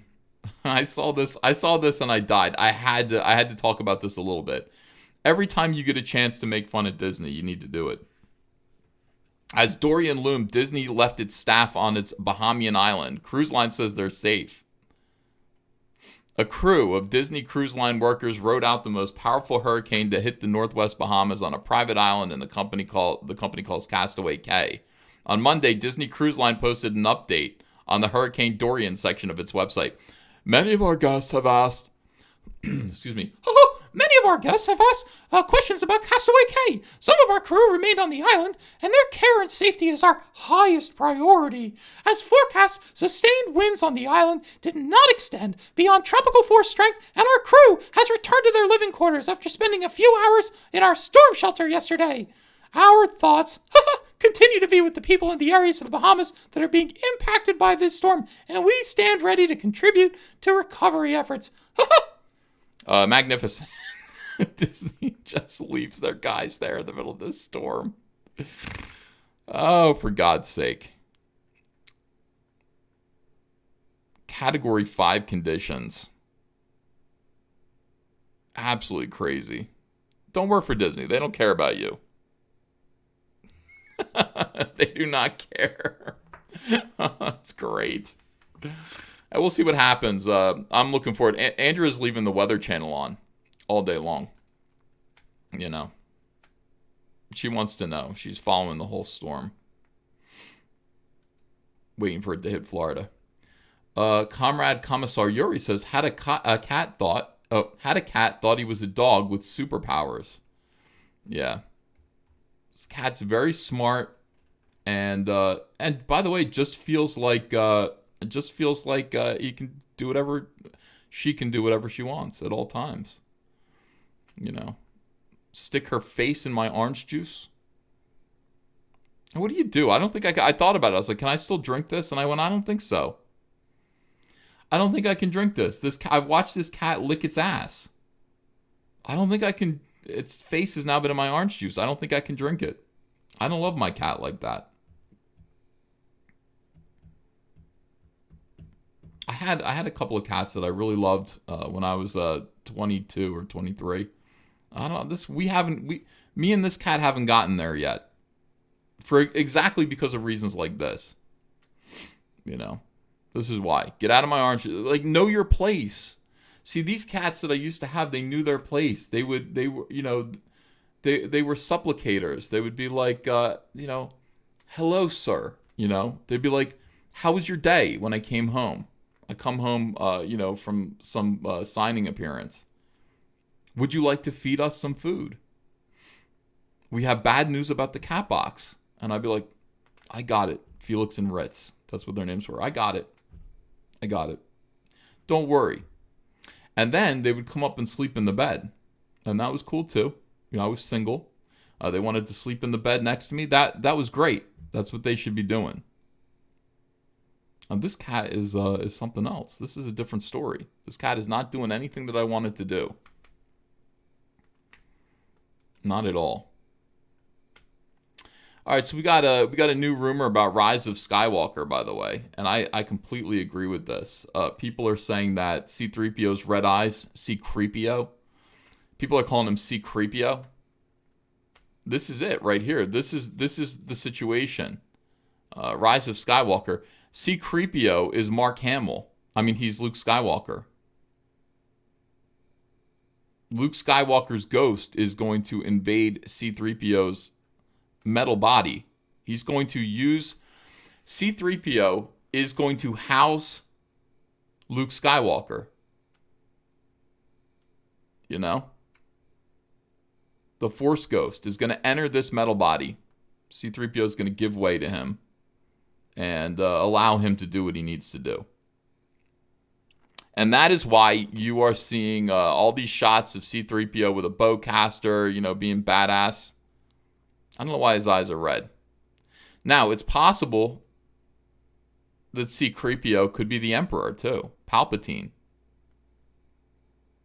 But the rumor is, and everybody's talking about this, and I gotta say, what do I know? C-3PO is going to house somebody's Force Ghost. Yeah. Why is he fat? He's a robot. He does look a little overweight there. Charco says nobody cares. Some people care. A lot of people are sick of it, though. Mark Hamill in particular. Look at this. Mark Hamill's Twitter. We passed on all we know, but we didn't know you had a Swiss Army saber. Eye-rolling emoji. And then this right here has to get under his skin. Hashtag, but this is your fight. Mark Hamill has got to be seething with fury and anger about Disney's Star Wars. From Mark Hamill's perspective, Jedi are evil. From Mark Hamill's perspective, this movie was about Luke Skywalker. It entirely was. He was the hero. That's what the series should have been about. Him and his friends.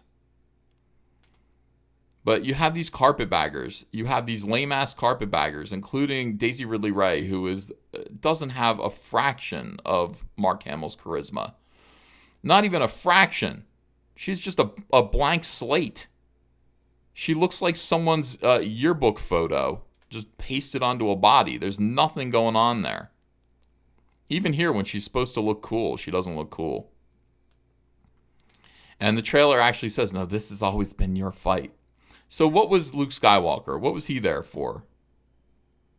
And think about that. How weird is that? How weird is that for him to be like, look, I'm Luke Skywalker from Star Wars. The movie is about me, basically. It's about me. No, it's about this teenage girl. It's about this Disney XD actress. Now it's all on her shoulders.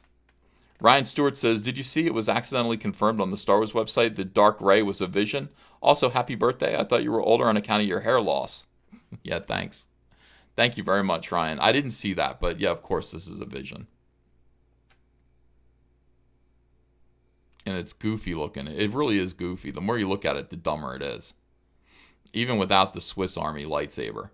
But this is the thing. I love Mark Hamill being like, but this is your fight. Like, you can tell Mark Hamill is not all that subtle about his dislike. I don't like this. For what Disney is doing with Star Wars. And how he's felt kind of, I don't know, disenfranchised from it. I like that. Mark Hamill and his... It's nice that you actually keep in touch with the fans. You rock, dude. Mark, you must be so tired of Disney Star Wars. Just make sure to write it all down. Jude, come on with your spelling. Make sure to write it all down. Now, it's fresh, so when your gag order is lifted, you'll be able to go with tell-all book. Yes, yes, yes. Absolutely. The Mary Sue edition lightsaber. Matt Deckard says one blade is sufficient. No, it really is. I blame Darth Maul. Darth Maul's double-bladed lightsaber, which in a way made sense because he had to fight two guys, He had to fight two dudes at once, so, then you might have two blades. You attach two lightsabers to each other, and then you can fight. You can use it as a bow staff. But then people started getting super creative with lightsabers. Wouldn't it be badass if this and that? No, lightsabers are cool enough. Lightsabers are fine. You don't need to do goofy things with them. You don't need to be creative. You don't need to be a think for yourselfer. I love it. Absolutely love it. And this is the thing. These kids, these new kids on Star Wars, they're acting as though people... the arrogance of it. The arrogance of this. Star Wars. The Emperor is very instrumental to the plot of The Rise of Skywalker. Of course he is. Of course he is. Because without him, you guys got nothing. Without him, we're just stuck with you. If we don't have the Emperor, we're just stuck with you, dude. He's the biggest baddie in Star Wars history. I like the Rancor monster, personally. I think the Rancor monster was the biggest baddie.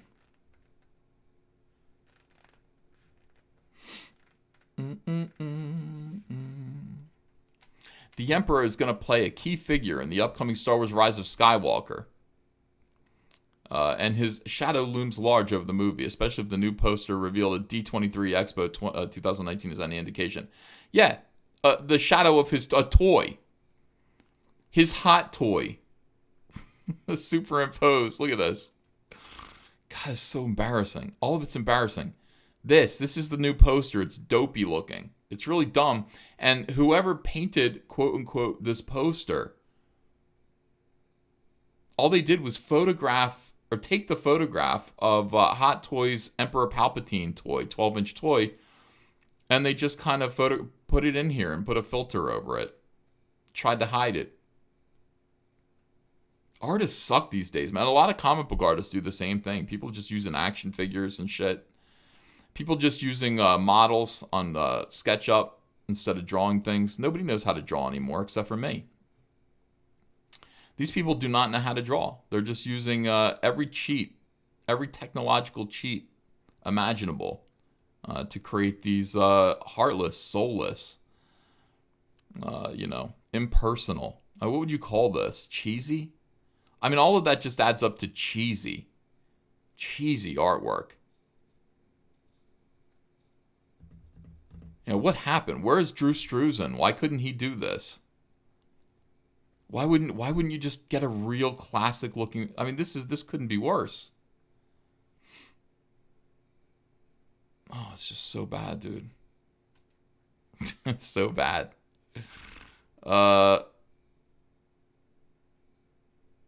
Yeah. He's the biggest baddie in Star Wars history. Now that we've done the story, I'm like, it couldn't have happened any other way, says Ridley. It had to be like that. But he's very instrumental to the plot of the film. It's not just like he appears again, it's all explained. Boyega, John Boyega, who plays Finn, who doesn't care what anyone thinks. He actually said, dude, we don't care on Twitter. When fans are talking to him, he's like, we don't care. He says, I think the Emperor and his doctrine has trickled down to so many of the characters in the Star Wars universe. The dark side, it is what it is because of a lot of his actions and plans. To have him come back, he's like the greatest foe, the greatest enemy. I mean, we might as well take him down properly. Dude, you ain't taking down nothing but the entire Star Wars franchise. Darth Vader and Luke Skywalker took the Emperor down properly. They really did. He's gone. The Emperor should be gone. He could be an evil spirit somewhere. You bitches aren't doing anything. You weirdos. Everything's cheapened by SJWs. Everything is cheapened. Hey, we're going to team up and we're going to take down the Emperor. Just like Squirrel Girl can slap Galactus around. We're going to do it. Jason Durant says, I'm turning 45 in a month. Is this what I have to look forward to? Yes. When you're 45, you too are going to be at your computer screaming about Star Wars stories. Well Hung and Dunk says, Ethan, now that you are so jacked, will you be appearing on the Jersey Shore show with Snooki in the situation causing drama anytime soon? Happy birthday. I would love to. And of course, I mean, for me, it is all GTL at all times. Jim Tan Laundry. Jim Tan Laundry. Like this guy. Like this guy right here. Jim Tan Laundry. Seriously, though. The best reason to get stronger. Seriously, though, because I've been joking before. Everything was funny. But let's get serious. Let's get serious. The best reason to get stronger is to prepare for all the white nationalist attacks we're going to see in 2020. They won't go quietly. Lift weights and take boxing lessons. You'll need it. You'll need it. Yeah. Well, I mean, some people might not need it. Hold on a second here. Some people might not need it.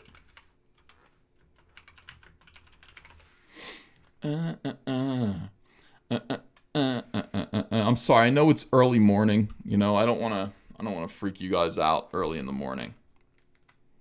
All right, we'll get back to that. We'll do that after we get done with this. Yeah. By the way, another thing. Hey, the Hollywood Reporter says Eric McCormick from Will and Grace. Your boy Zach always talks about Will and Grace as though it were like, what does he call it? Like a gay minstrel show? Making fun of gays? By the way, Andrew Westwater, thanks for £5. Birthday drink money EVS. Illustrate that Hamill tell-all book. Rip Disney a new one. Hey, if he asked me to, that's I live to serve.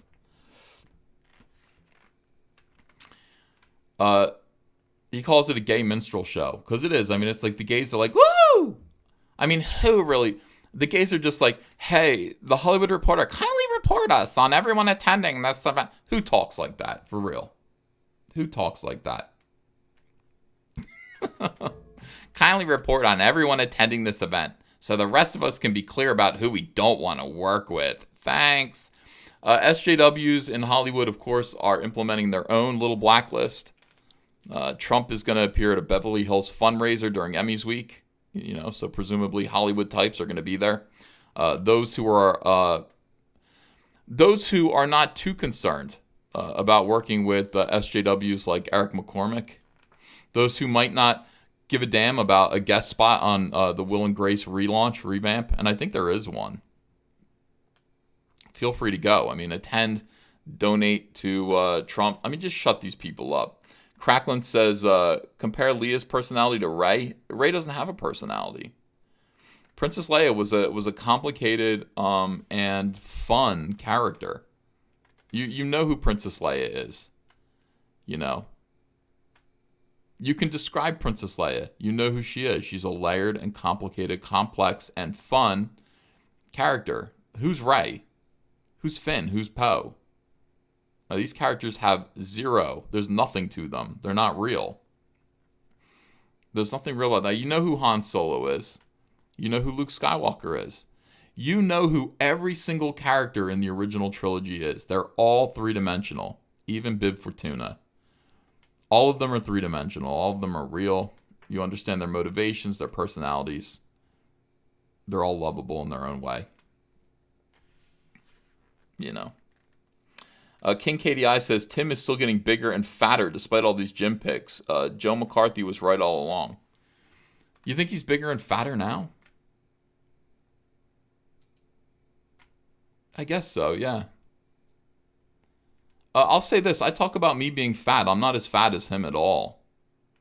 I'm shaped a little bit like a lowercase letter B. I have a big tummy that sticks out in front of me. But I'm not like this, dude. Look at those legs. They're like tree trunks. It's an elephant. Elephantine.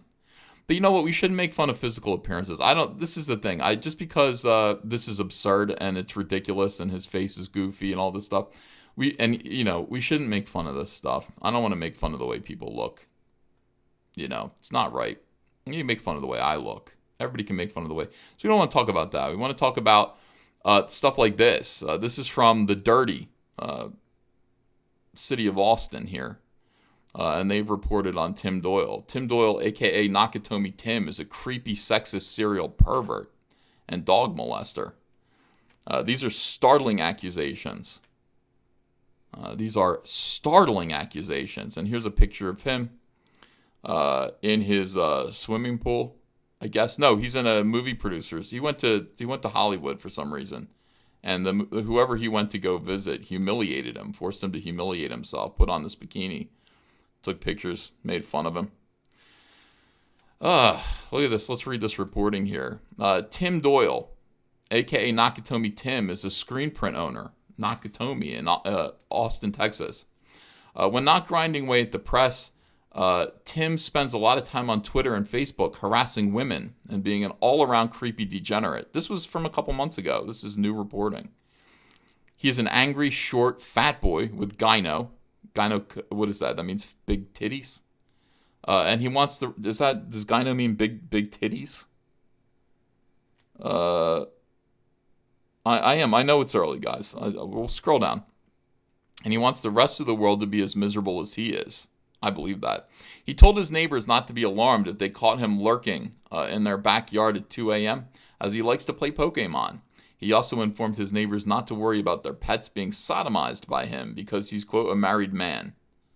Avoid Tim Doyle at all costs, and definitely keep an eye on your pets and children in the Austin area. This is good advice. This is like a police report. This is a police report. A 40-something-year-old man is roaming the streets at 2 a.m. under the guise of a Pokemon game, allegedly. All right. And when his neighbors actually, you might say he didn't fuck any dogs. Like, that's not what he did. No, he did. This is what he actually. Let me blow this up so you can see it. I don't know. Here he is responding to his neighbor named Amy, who said, "What are you doing out there? What's the matter with you?" And he said this. He said, Amy, this year alone, I've donated almost $40,000 to various charities, the Democrat Party. And I'm administrating a fundraiser to help get feminine hygiene products to women's shelters here in Austin through a religious group I'm affiliated with. Literally the Satanists. Tim Doyle's an ironic Satanist, so he belongs to the Church of Satan. They decided to be funny. They would raise money to buy tampons for women. You know. He says, I am a parent. Oh, Jesus, God. Oh, those kids. And a business owner. He says, check it. Nakatomi Tim Inc. Incorporated. Also, I'm a 40-year-old adult playing Pokemon at 2 a.m. I contain multitudes. And I'm sorry if I offended you by saying I wouldn't sodomize your pets. This is all real. By the way, this is real. This isn't, nobody made this up. This is actually, he posted this himself. He posted this himself. I felt I had to say something. So he's apologizing for saying he wouldn't sodomize your pets. He said, I felt I had to say something as your pets keep sliding into my DMs. And I just don't think that that's appropriate for them to do this. I'm a married man. And I don't care how alluring your dogs and cats may be. But I'm not going to meet them for some cheap hookup. I value myself more than that. Those days are behind me. Thank you. So he says he's not going to, he's no longer interested in having sex with dogs. So let me amend that. He is a former dog fucker, you know. It's according to him. All right, let's see some reaction to this. 10 comments. Typical Austin soy boy who lives at home or has roommates. No. This person says, oh my God, look at this. Oh my God, this is the sick F that harassed me for weeks.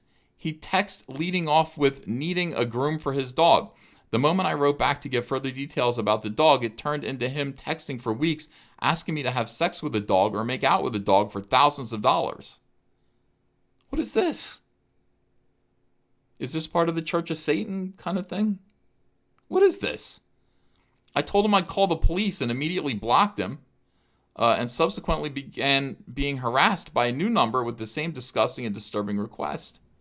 He sent a few pictures of really disturbing stuff he's done to dogs.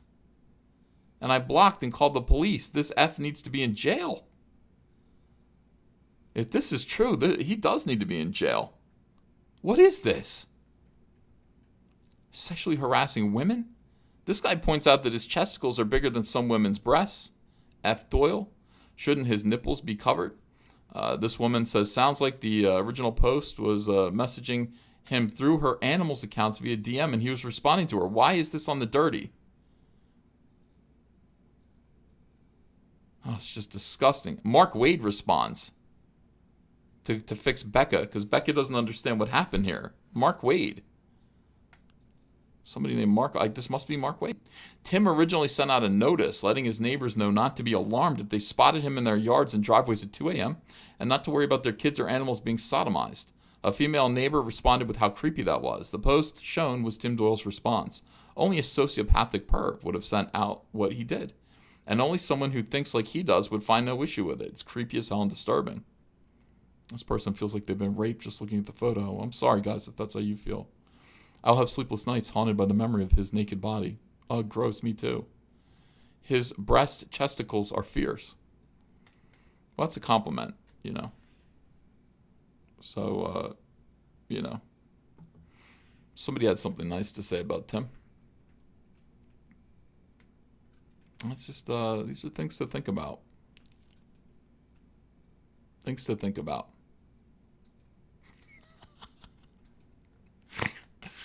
Oh my God, everyone. It's great to be with you on my 45th birthday. You guys are fantastic. You guys are lovely, lovely people. Now, I do want to do a quick ad. I want to talk about Vampirella. I want to talk about Vampirella, the red foil variant on Indiegogo.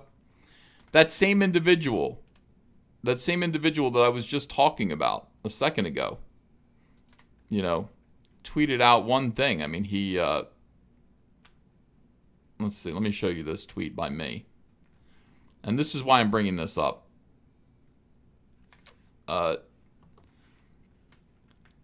Tim Doyle tweeted out, Ethan Van Sciver is a complete dumpster fire of a human. Why do they call people dumpster fires as a bad thing? Dumpster fires destroy garbage. You know? And you really think about it, if you take that literally, if I were a dumpster fire, I would literally be burning trash. I'm not opposed to that. You know? I think that that's a little bit of what this channel does. We destroy garbage. Mocking sexual assault victims. He's talking about Laura, what's her name? I didn't mock her. Maybe I did. But she's not a sexual assault victim. You know, she got a smooch at a party from somebody. And he says, and I'm making it my mission to let everyone know Dynamite Comics is still shamefully working with him. Please do. Dynamite Comics is still working with me, despite all of this stuff. Despite all of this nonsense, despite all the SJWs who are crying about it, who are upset about it, I am still, and Dynamite has not bended. They have not bent the knee to these weirdos. Dynamite Comics is still, it's an open door policy. Do I want to do more Vampirella covers? Maybe I do. Maybe I do. I currently have one right now, and it is called the Vampirella, let me see here, Vampirella Red Foil #1 variant cover. It is damn cool. You know, put the ad up again.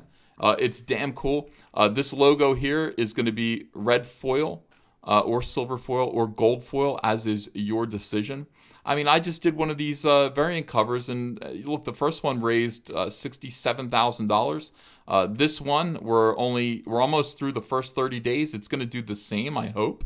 $32,282. In the meantime, that feminist as Indiegogo couldn't even raise $170. This is why SJWs cannot stop us. This is why all of these temper tantrums don't end up meaning anything. They don't amount to anything. You can cry about it. You can let people know that Dynamite Comics is still working with me. And that's exactly what I want you to do. I want you to let everyone know. The Dynamite Comics and I have a little business arrangement here with regards to doing Vampirella Cyberfrog covers, and we're all making a lot of money. And the more people who know about it, the more we sell. I said it would make literal dogfucker Nakatomi Tim very upset if you purchased a shit ton of Dynamite Comics as a thank you for not caving to psychopathic losers like him and his SJW friends who don't like it when I do Vampirella covers. They really don't like it. Send them a nice thank you. And I mean that. Send Dynamite Comics a nice thank you. Next time you go into a comic book store, buy some Dynamite Comics. A couple of them, 3 of them. Check out what they've got. They've got great stuff. The new Vampirella series is fantastic. And this one is the first. This is Vampirella #1. So when you read this, you will be ready to go to read Vampirella 2, 3, 4, and 5 by Christopher Priest. Ergun Gundez is the artist.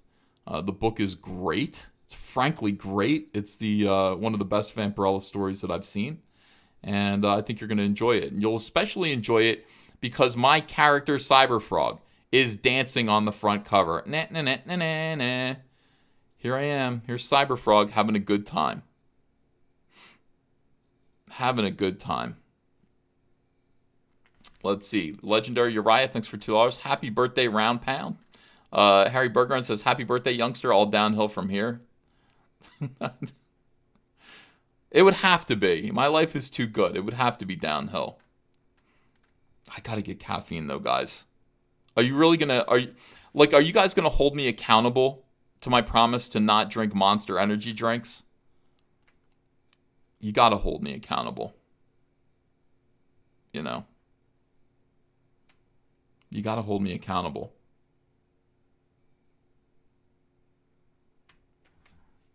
I promised you guys I would not be drinking Monster energy drinks anymore. But I'm just a shell of myself without them. I really need them. I need to be cheerful. Oh, it sucks. Drink coffee, EVS. Yeah, I guess. I don't even know how to make coffee. I don't know how to do it. I would do it, though. Raphael says, Uncle, thank you for fighting the matriarchy. It's my pleasure, you know, as the patriarchy, as, you know, prominent voice within the patriarchy. Johnny in Cleveland says, yes, accountable. We want you to be healthy, EVS, says Peter Mayer. Yes, says Batgoat. Everyone is saying that we're holding you accountable. That means a lot. That guy says, I will hold you accountable, E. That's serious. All right, I'm recommitted.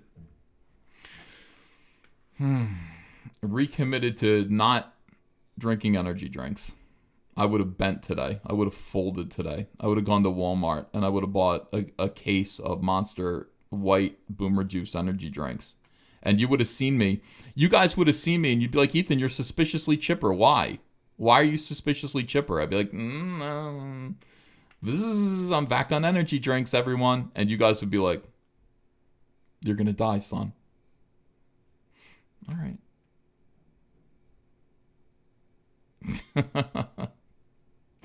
Yeah. I don't know. B. Carswell says, auctioning any of those off? Auctioning what off? What do you need? Yeah, we did an art auction this Friday that was great, guys. It was really, really great. I decided, no Red Bull, no energy drinks whatsoever. No energy drinks. I could be like, I'm not drinking Monster, but I'm drinking Red Bull. I'm drinking Rock Stars. No. Yeah, I gotta keep off of it. I do feel better. Physically, I feel better. Like I'm able to sleep right through the night. When you guys see I'm not doing a live stream at 4 a.m. and you guys are just like, oh, why isn't Ethan live streaming? I'm sleeping. I'm actually in bed. I go to bed at like 9 o'clock with Andrea and wake up at like 5. That's what I did this morning. I woke up at 5:30. And felt pretty good. Was happy to wake up. But yeah, I'm not buzzing like I want to be. It is definitely an addiction. Those energy drinks are definitely an addiction. Or at least they were for me. Jedi Knight and friend to Alita says, no low energy EVS needs monsters. No. Not going to do it. You guys, the people who care about me will hold me accountable, and I need that. You need accountability.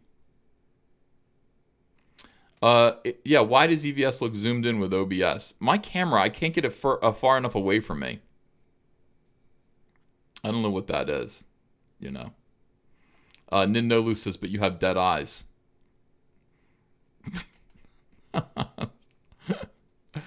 Oh, guys, it'll be fine. We'll get through this together. Yeah, so the auction that we held, it was Sunday night. It was meant to be Saturday. I just couldn't do it. I've been working. We're doing everything we need to do to go to fulfillment. We're signing comics. We're getting stuff together. And at the same time, I'm drawing. I'm working twice as hard. I'm not goofing off that much anymore. I took Sunday evening. Some family came over, and I just drank. I had a great time. Had a great party with some family. And then we did the art auction, and it was fantastic. A lot of comic skaters came in, and I just, my thing about it is these auctions need to be special. I think they were being held weekly before, and I just didn't like that. And there were too many people, and there were no rules. I don't think they were being taken seriously. I want my art auctions to be executive comic skate art auctions. The greatest artists will be invited in. The best comic skate artists will be invited in. And you will have to offer something fun or good. If it's fun, that's cool. If you want to say, hey, look, this is a drawing that, like I said, the Darth Vader that I drew with my foot was fun. I mean, people had a good time with that. So if you want to do that, that's cool. Or something really good. We'll get people in, cycle people in and out. It's not going to last all night long. Maybe everybody will get to sell 2 things. And it's just going to be a monthly thing. So people can expect it. And I kind of made this commitment. This is another commitment that I want to be held accountable for. I kind of made this commitment because comic skaters, there are a lot of artists who are still having trouble paying their bills, and they need this thing at the end of the month. Okay, so it's like if you have sketches around and you have little drawings or pages or art or whatever it is that you want to do, you can come on my stream. We're going to have a big art auction at the end of every month that'll hopefully pay your rent. Buy you groceries or something like that once a month. If you do them too often, then people stop coming. And if you do them without any discrimination, whatsoever, people stop coming. You do need to just make sure they're big, they're monthly, and that people have time to look forward to them. Now I'm going to improve on these art auctions. I'm going to actually make them better by letting you guys know what's going to be for sale. If you guys have any more ideas or criticism about this, let me know. Ash and Jackal, thank you for $2. Says, took me getting heart issues to stop energy drinks. See, I don't want to have heart issues. Adrian Stone says, I will send you a video guide PDF this week, EVS. It'll sort out the camera zoom resolution and everything. Oh, thank you. Adrian, thank you. I'm going to get back to work on my show. You know, I still got a bunch of stuff that you told me to do that I got to do. Sketch Therapy says, who cares if camera's close? 1, you're handsome. 2, Auntie Andrea agrees with the former. Thank you, Sketch Therapy. I appreciate that. But yeah, monthly is the thing to do. And I mean, this is the thing, guys. Save your work. You know, plan on it. I want artists who are listening to this now, who want to come on, save your best work. Think about the monthly art auction. Advertise it on your own pages. Say, this is what I'm going to be auctioning, everybody. Get ready. You know, you're going to be able to get these pieces from me at the end of the month. Plan on it. Promote yourself. I'm going to do my best to promote what you guys are going to be selling as well. And then at the end of the month, we're just going to have a rip-roaring awesome art auction the last Saturday of every month. So that people can actually make money. And this is one of the things that I started to see happening. I started to see people selling work that they were doing in order to get, you know, if you do it every week, these guys get conditioned to do drawings for the art auction. You're not doing your own work. You guys have to keep doing your own comics. Do not do pages for the art auction. Don't sit there and do pieces for the art auction because it gets in the way of actually producing your comic book that you're supposed to be producing. So even if you have scraps, you drawings, sketches, things like that, odds and ends that you want to sell, or even pages from your book, that's fine as well. But, you know, I see these guys working really hard on these pieces, and because the art auctions are so common and people stop coming and et cetera, these guys were selling these things for like $80, like $90. It's like, it's a waste of your time, and it's got to be disappointing. So I want to invite you guys. You guys will know that like the last Saturday of every month, I'm going to hold an art auction here. I promise I'll sell like 2 pieces if I have them, maybe 1 or 2. I'll sell some original art myself. And you know, everyone else, I want to invite these guys in here so that they can help. You know, you guys can get a hold of some good art. And I'll also say this. It's my opinion, and you know, people can disagree with me, but it's my opinion that people would rather buy artwork of our characters than Marvel and DC characters. You know, it's like I really do think Kanan drawing Comicsgate characters are going to do better than Kanan drawing Spider-Man. You know, me selling a Cyberfrog drawing is going to do a lot better than me selling a Green Lantern drawing. You know, it is the present, it's the future, it's what people want to know us for. It's what, you know, the fans actually understand. So, all right, these are my ideas about the art auction. Cracklin says, sell your bathwater. People are doing it. No, I will not sell my... Yeah, that was a pretty astonishing thing. The bathwater thing. Yeah, Cecil should be in there too. Absolutely. Sketch Therapy says, pages get the biggest numbers, usually in this industry, right? Especially if it's used in the book. Sometimes, you know, it depends on, you know, an original interior art page. Sometimes I think covers do the best. You know, I think honestly, I sold the Vampirella Cyberfrog cover, and it did really well. You know, it did really well. I got $2,700 for it. Andrea was delighted. You know, it's like the covers are great because covers are the thing that everybody sees. That Vampirella Cyberfrog Salamandroid piece, everybody's seen it. You know, it's like it's to actually own the original to something that everyone's familiar with is a big deal. Sketch Therapy says, I love that Bad Santana. Yeah, that was great. Can you draw a Cyberfrog killing Captain Marvel? Says, I have no time, Jeremy. No. A lot of people are asking me to do stuff like that, though. I think everybody is saying, draw, you know, your character killing Captain Marvel. I think that sends the wrong message to people. I think that gives SJWs a win when they can kind of imply that we're crazy and murderous. I mean, you know, I'm just crazy. I'm not murderous. All right, let me make sure I got all the super chats here. Let's see. I was reading them as I was going, though. I did pretty good. Vince Rush Art says, happy birthday, man. Make it a good one. Let's see. Okay, I got Eddie Winkler, Adrian Stone. Thank you, guys. Luke DeToy says, happy birthday, Uncle E. Listening to you while I draw dinosaurs at work. Here are a few South African rants. Oh, I miss South Africa. I went to South Africa in 2008, I think, or 2009. And it was great. I mean, it was eye-opening. I really enjoyed it. And everything is so inexpensive there. I took everyone out for a steak dinner. I fed like 8 people steak for $40 American. Couldn't believe it. Norwegian Kryptonian's a new member. Thank you. I appreciate you joining the channel. Sir Billy Ritchie says, Ethan, I'm already getting my bunker ready. Get ready. Get ready for 2020. Right. Go to the gym. Learn karate. Let's see. No, I don't love Captain Gender Studies.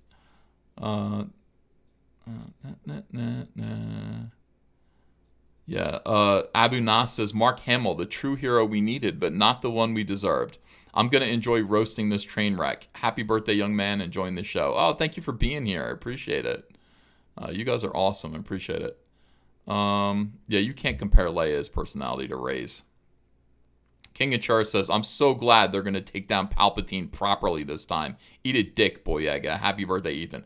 Couldn't agree more. Couldn't agree more. That was an irritating comment from him. Peter Armstrong says, happy birthday. You look so youthful. You're a year and a half younger than me, so I wouldn't dare make any age jokes. Yeah. I don't know. I just look like me to me. I don't know if I look old or not. When people say, here's a weird thing that happens. Like, you are perpetually going to look like yourself. Unless, I don't know. I mean, I talked to Zach, and Zach's like, I don't want to be on camera ever. He's like, my skin's all cracked. I'm all fucked up. I don't know. I mean, Zach, I guess, can look at himself objectively and decide that he looks old. I don't think he looks old. I don't really get it, but I still feel like I look the same.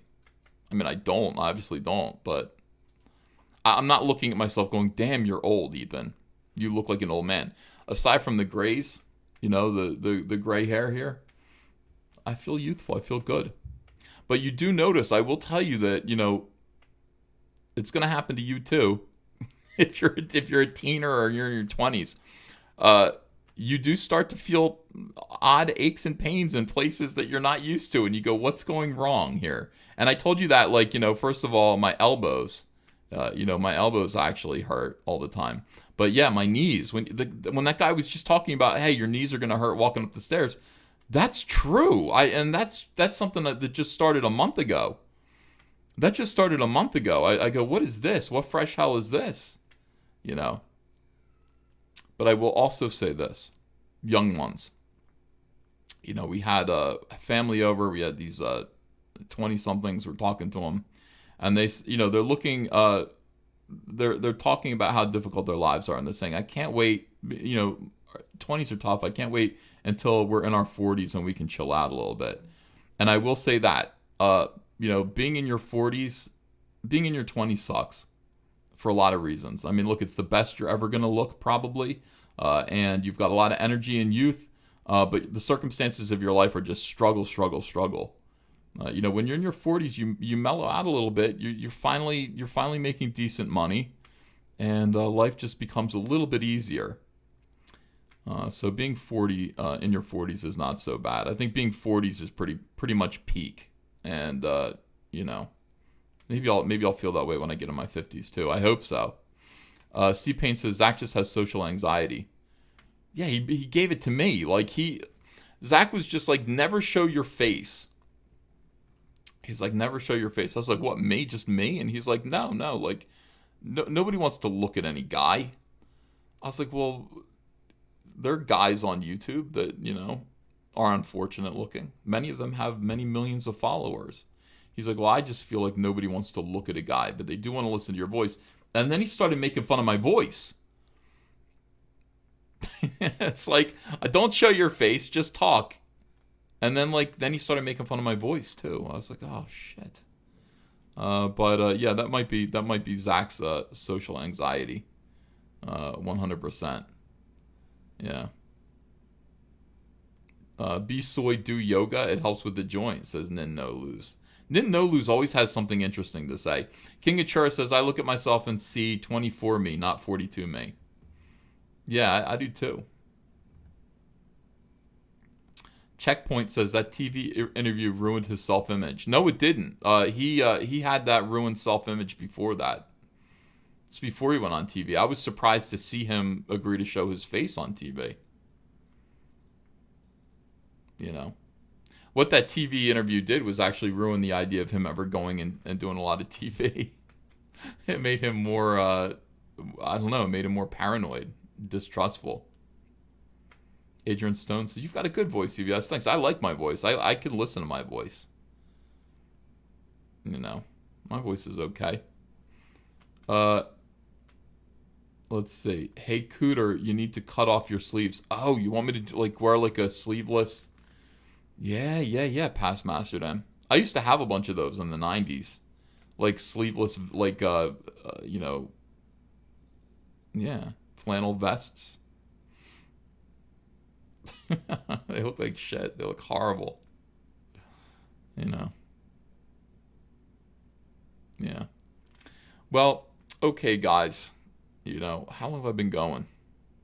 Wow, 2 hours. By the way, my shows are full of content now. I don't know if you noticed this, but I actually do go and I find a bunch of stuff to talk about in order to do a show. I don't just turn on the live stream and then start bullshitting. I have a whole line of agenda to get through. And if I don't have anything to talk about, I don't do a live stream. I think that's the way to do it. And there's no mummy news today. I know people wanted mummy news. But, you know. Robert says, is it cold there or something? Yeah, it kind of is this morning. It's kind of cold today. And hopefully it's going to get colder soon. You know, we've only, well, in the afternoons it gets pretty warm, but in the mornings it's chilly out, and I go out there to save the frogs. Never Cold says, this stream was fun. Low caffeine EVS was pretty good. Yeah, thank you. I'll try to pick it up. Coffee, I got to become a coffee guy. It's getting to be, you know, pretty clear.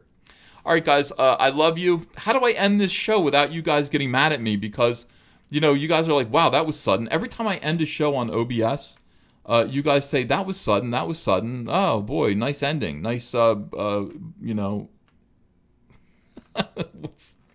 nice boomer ending. I don't know how to end the show now like this.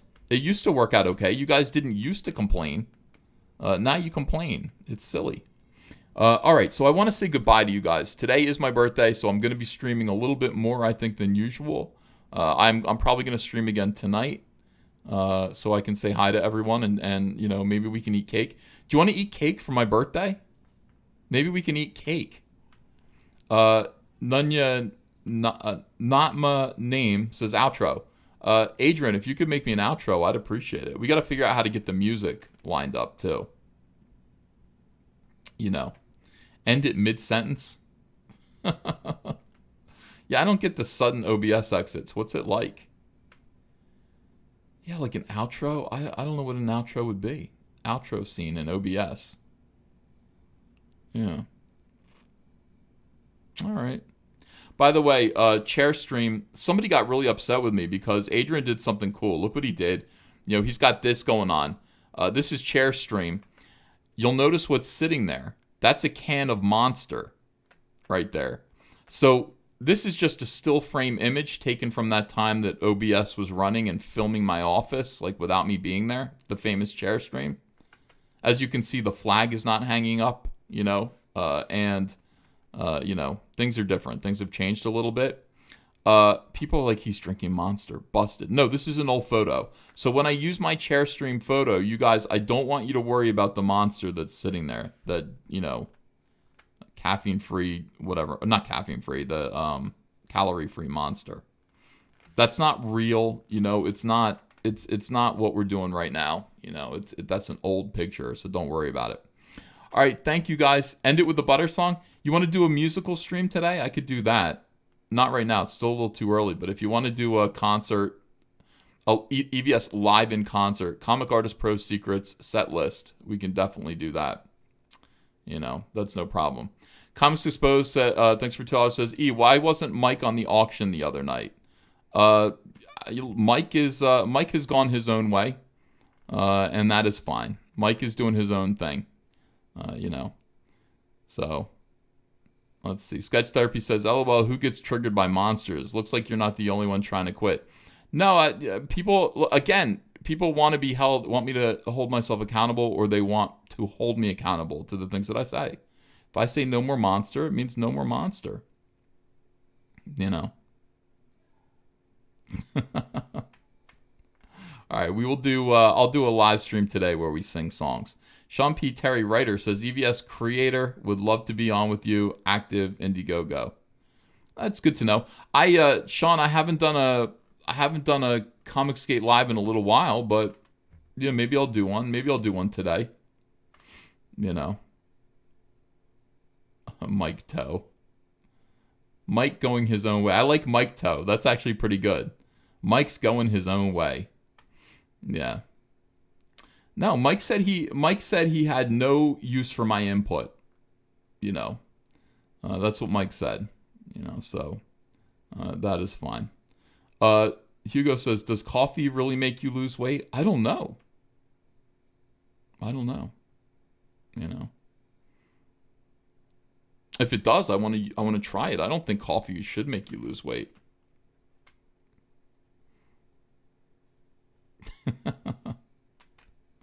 Yeah. You'll Photoshop out the monster. Adrian's going to Photoshop out the monster so nobody's confused.